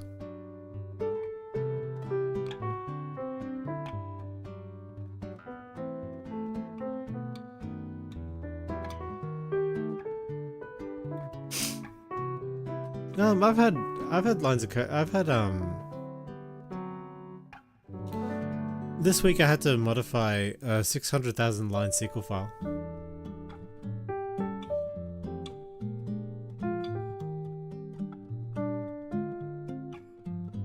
LOC isn't like the be-all and end-all of complexity. Because at the end of the day, all of your code gets packed into a binary. That's literally just numbers. It's actually really interesting, because you can write assembly, you can write a com file, and you can actually see the way the assembly interprets your com file into opcodes. So you can see exactly how the magic happens.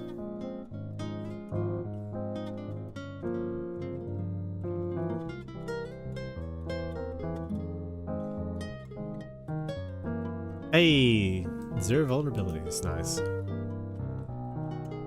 Alrighty.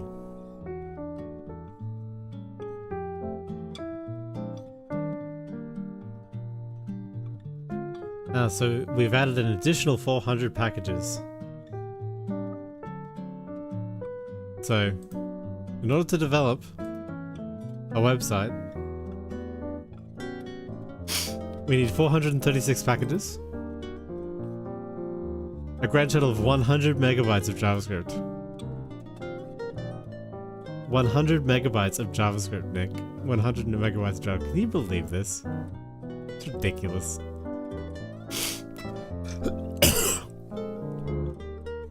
Anyway.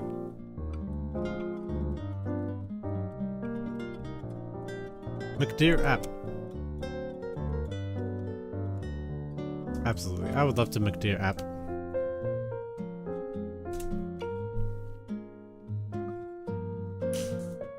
Touch. App. Root. JSX. App.jsx is what we... Root.jsx is what we call the root root. It's the root layout of your entire app. Here's the basic elements that you'll need for any project. Oh, beautiful. Gives me a root.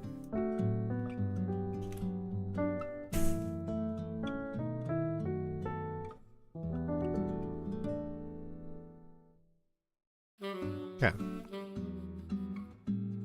Links, meta, outlet, scripts, remix run, React. Function app. The tamil, head, body, link, rel icon. Nice. Oh, we've got a hello world. Nice. Well, don't need this anymore.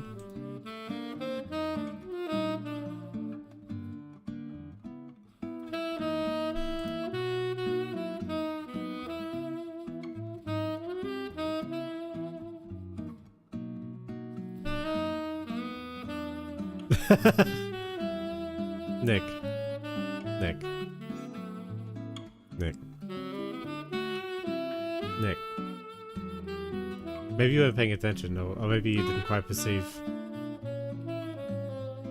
It's not 37,000 lines of JavaScript, Nick. It's not 37,000 lines of JavaScript. It's 426 JavaScript libraries. 436 JavaScript libraries to create a hello world.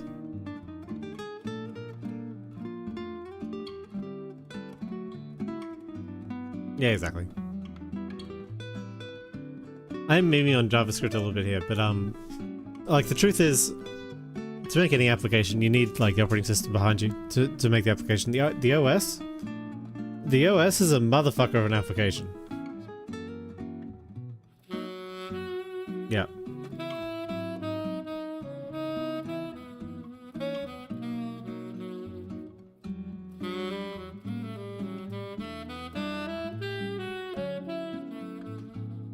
So I wonder what this means. So we got links. Okay. So we got links there.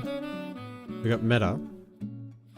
We've imported this presumably from React. Because one of these is probably our React. Oh, can I do F12? Oh, cool, it works. Components dot. Where am I? Interesting. Okay. Oh. This is a header file. Cool. This component renders all the link rel prefetch and link rel. Okay. Interesting. I see this.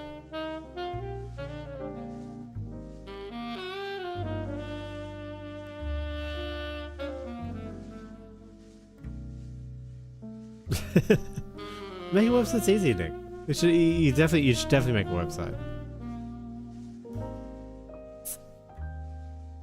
This component enables prefetching of all assets for a page, enabling instant navigation to that page. It does this by rendering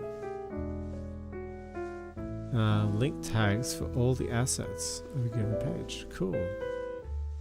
Oh, I see. So if a page has assets, then this will surround it with links. That's cool. Okay.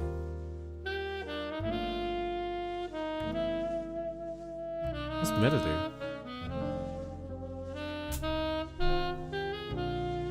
Meta. Meta. Undocumented. Ah. Oh, undocumented. Outlet. Undocumented. Ah. Oh, wait. Renders the child's route element, if there is one. Okay. Oops. Renders the script tags needed for the initial render. Bundles additional routes loaded later as needed. Cool. Okay.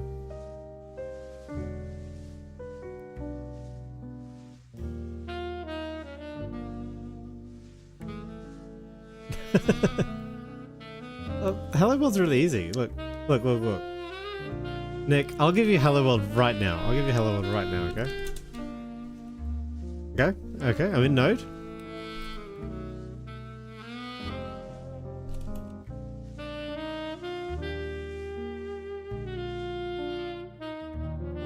There you go. That's Hello World in JavaScript. And if you don't like it, if you don't like doing it in Node, you can do it in the browser.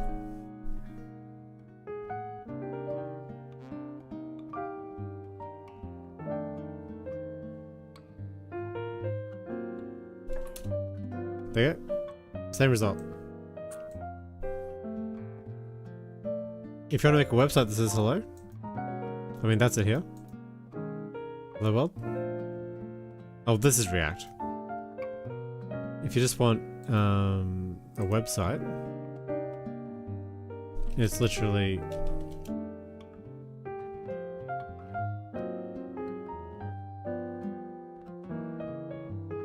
with your favorite. Was it?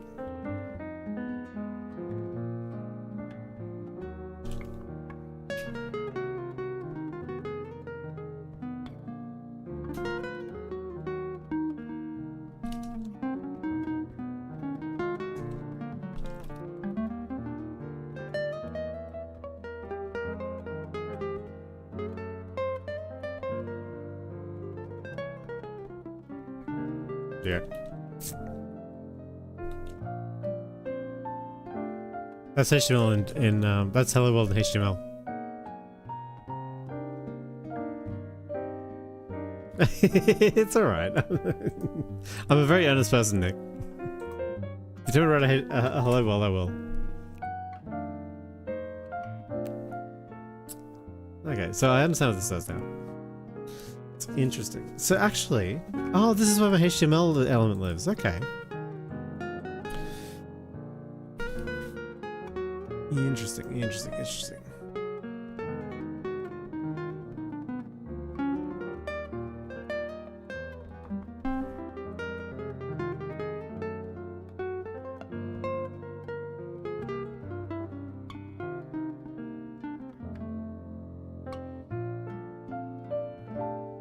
First, build the app for production. Oh, I'm already building for production, guys. Nice. Wow, let's go.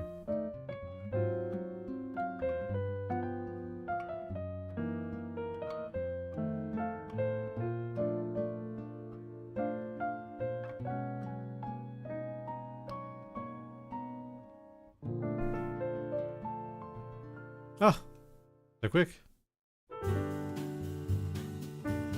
Where's my app? Is it built? Index.js. It's in Index.js.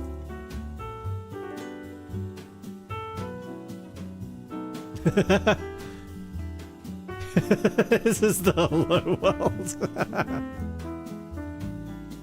Ah, hilarious. Get rid of the old website and go live. Ah. Huh? Oh, okay. I don't do it that way. I want to do terminal.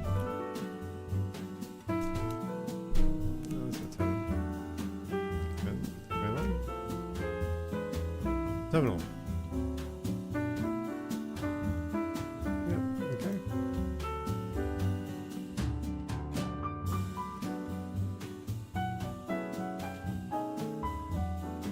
First, you'll need to specify the type in package.json. This says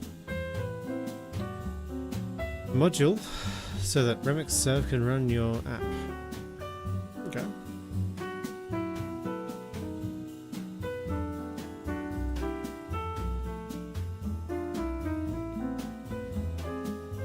Type module.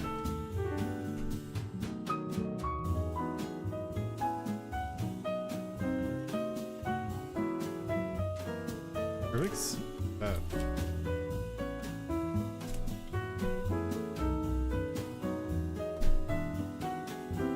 Oh, that didn't work. Yeah, there it is. Oh, sorry.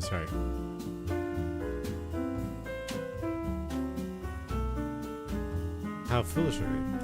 NPX Remix have built index.json.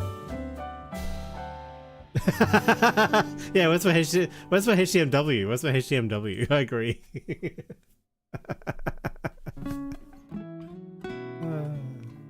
We've arrived. Localhost 3000. Alright, let's navigate.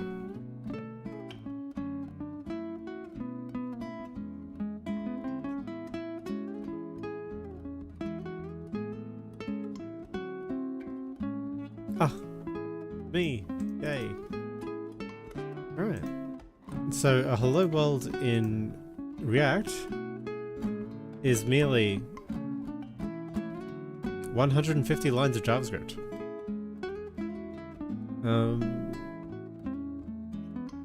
What's at pure? What does this do?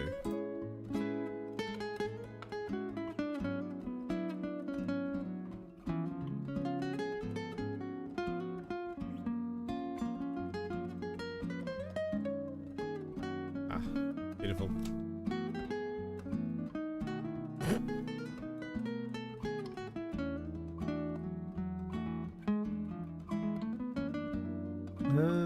Pure.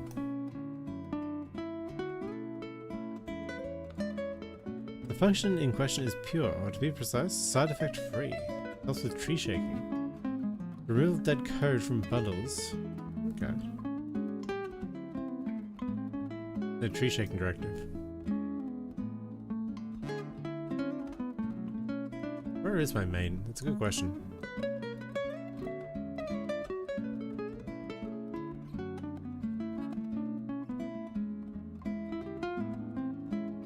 Okay, so here's my React app in the IL, which is the JavaScript. So we define that. Export target all to defprop. So when you build a React app, basically this JavaScript is what's actually running on your machine. And a request.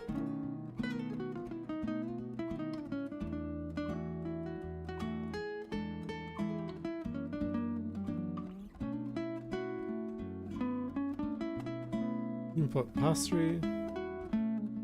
Create readable stream from readable. Import remix server. Isbot, run it to pipeable stream. JSX. Abort delay 5E3.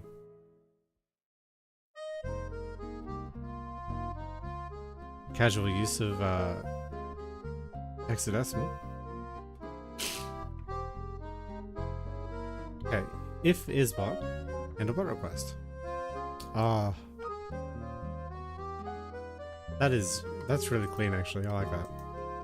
Like for generated code, for generated code, this is really clean. So browser request. So I either handle a bot request or a browser request. Exporting? Handle request. Okay, so the only thing I do is I handle request. Yeah, that's my def prop. Yeah, gotcha, gotcha, gotcha.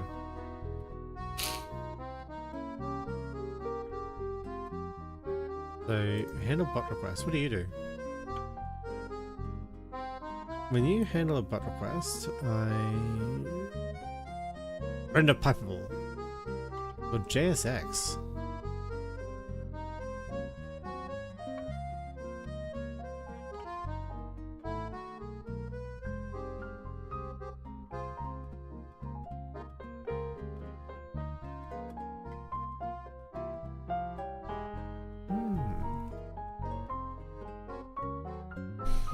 And already this. And pipe out the body. On shell error. Reject. An error. This one's 500. Tomato. So JSX is interesting. JSX. Back JSX runtime. Production min.js. This source code is licensed under the MIT license found in the license file of redirected source tree. So this is Facebook. Yes, this is the Facebook code. And it's minified. But yeah, this is so this JSX function is React. This is the Facebook magic here.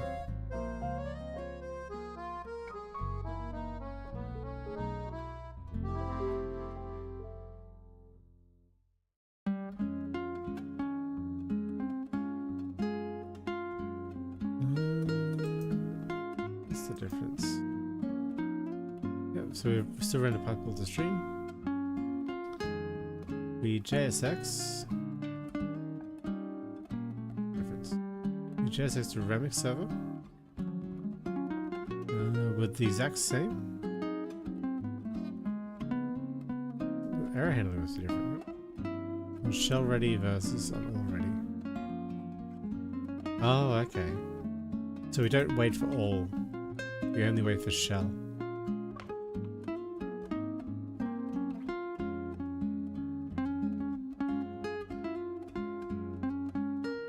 Okay. That's how we handle browser request. How we handle a bot request. We handle request. And that is your server entry point.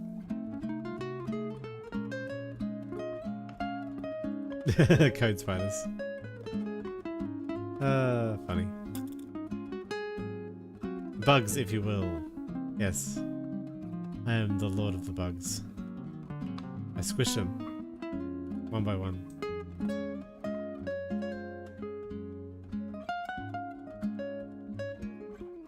Oh, that's interesting.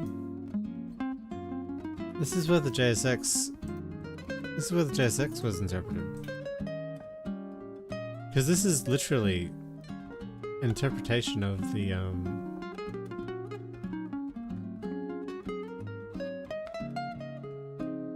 if you look at this.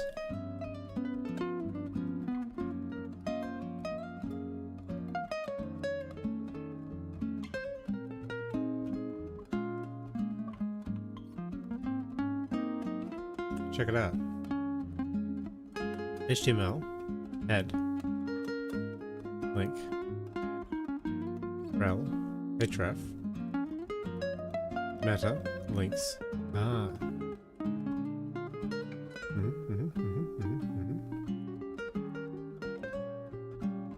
Body, h1, outlet, scripts. Interesting. So it goes into. But that's where the hello world is.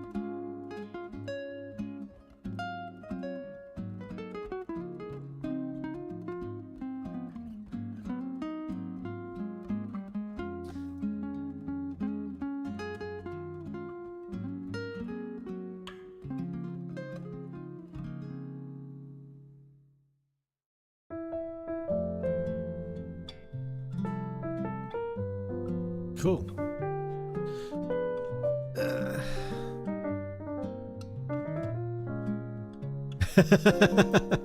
Aside from the unholy amount of code in node modules, they know.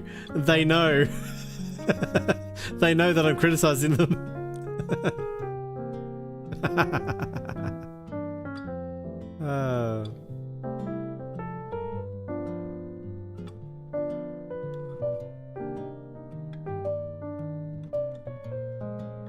Okay, you can use any server you want, except for the visual coded server apparently. If you don't get a separate server, you can use Remix Serve. It's simple Express-based server, maintained by the Remix team. Remix is specifically designed to run in any JavaScript environment, so that your own stack will work. Just for kicks, we can use Express instead. No, I don't care. I don't care. I don't care. Run your app with Express. Cool.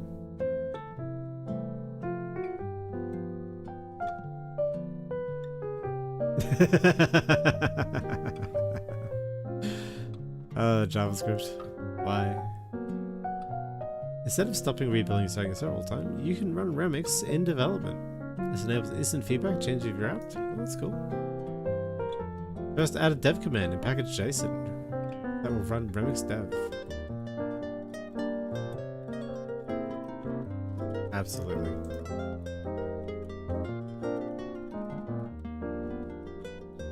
Oh, I don't have the scripts.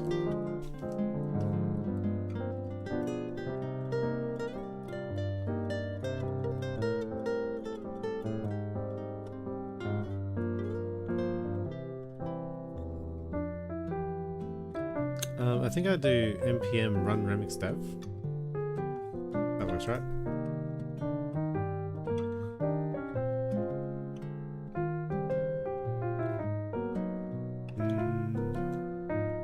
It was just remix dev. Oh, oops.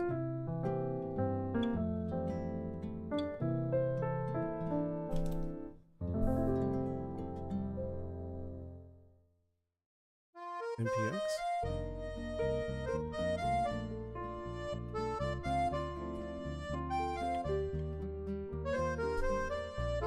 Like that.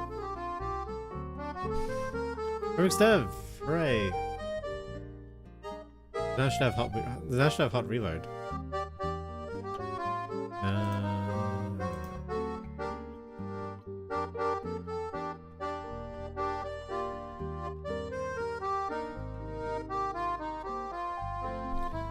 Should have hello world.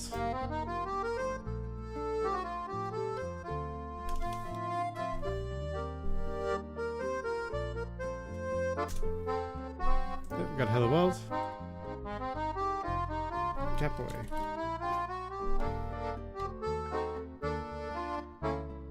How does it work? Why not?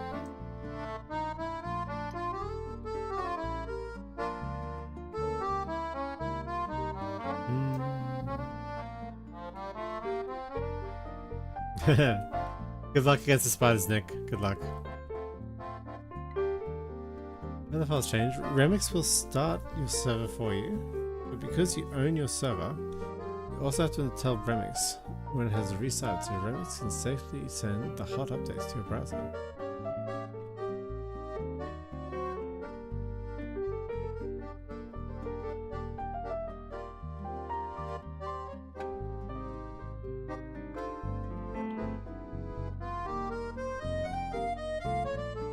Yeah, -C, like, tell it how to start your application server.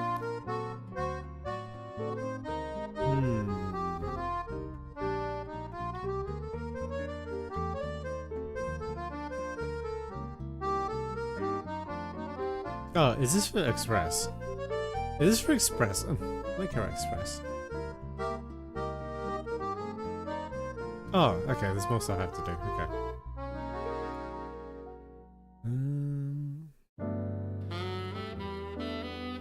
Yeah, so that's in my That's some express server. I don't care about that. I do care about this.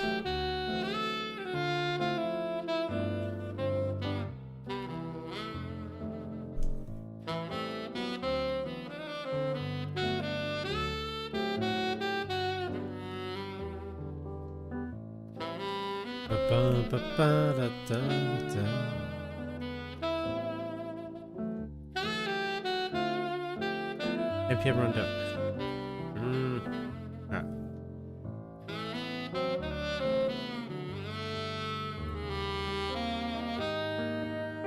Oh hey, it's actually working. It's doing the oh wait, no, that's not working. Never mind. Run dev.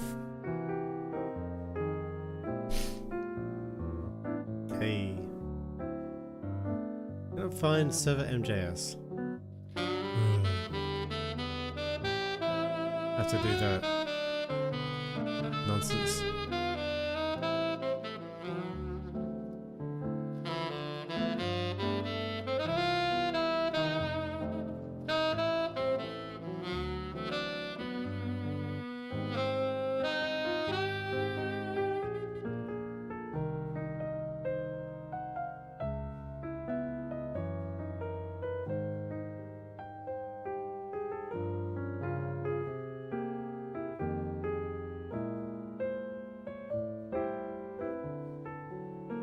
I've installed Discourse. I've removed the Remix server. Now, let's create our server.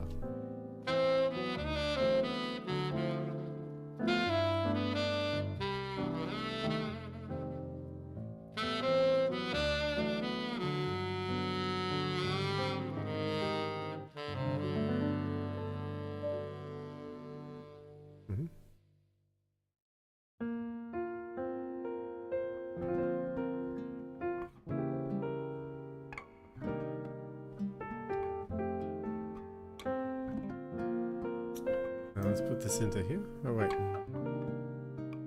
After Yarn console? Before Yarn console. Yep. Beautiful, beautiful. Beautiful. Have you done run dev work?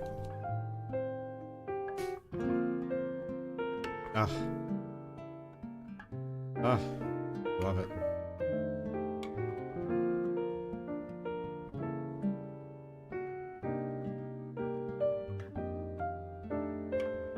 Hello, Catboy.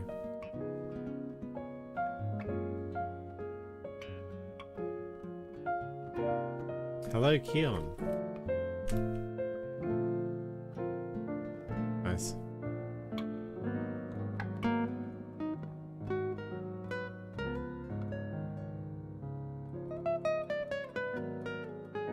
Right.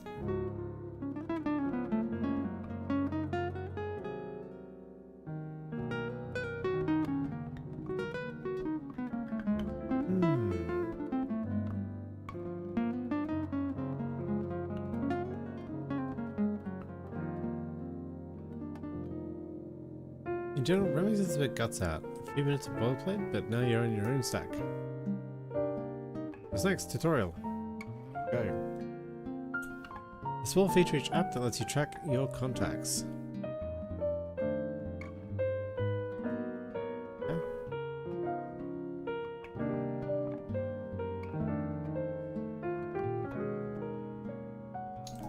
Well, let's go. Let's create a blog.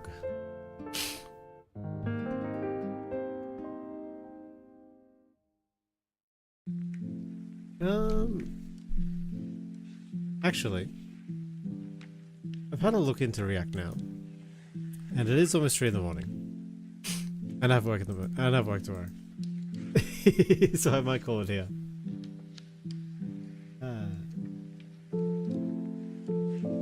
Well, I had fun. Oh, I'm frozen.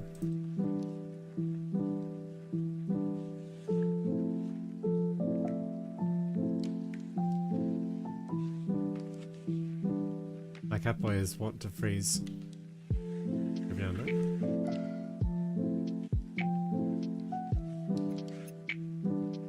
So I hope that was fun to watch.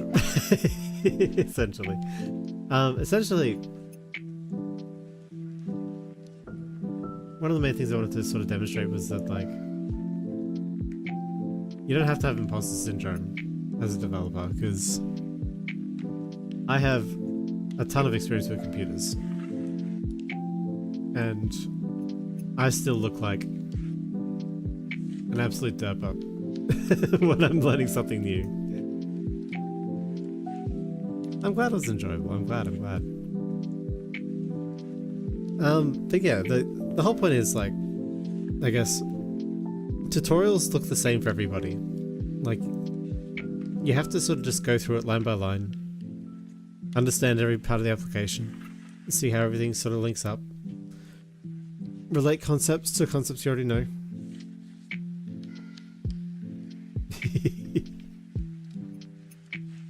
And it's good scaffolding these little bits.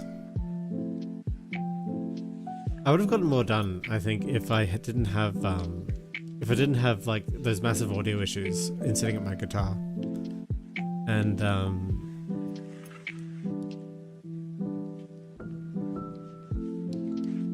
if I, like, because there is a version where I just power through the tutorial, understand nothing, and like I get nothing out of it because I like have a website and it doesn't do anything. What JS stack did you end up with, 𝐒𝐤𝐚𝐥? I'm curious. Do you like React? I mean, you seem to know a bit about it, so.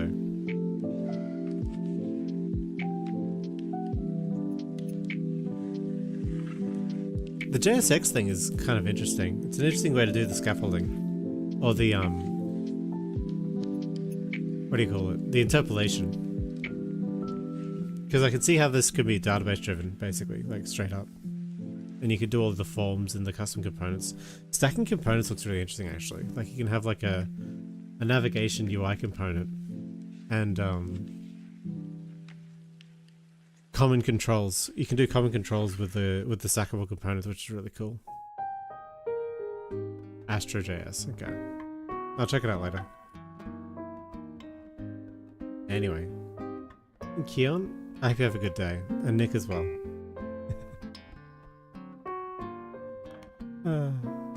Anyway, stay safe, guys. Have a good one. Bye.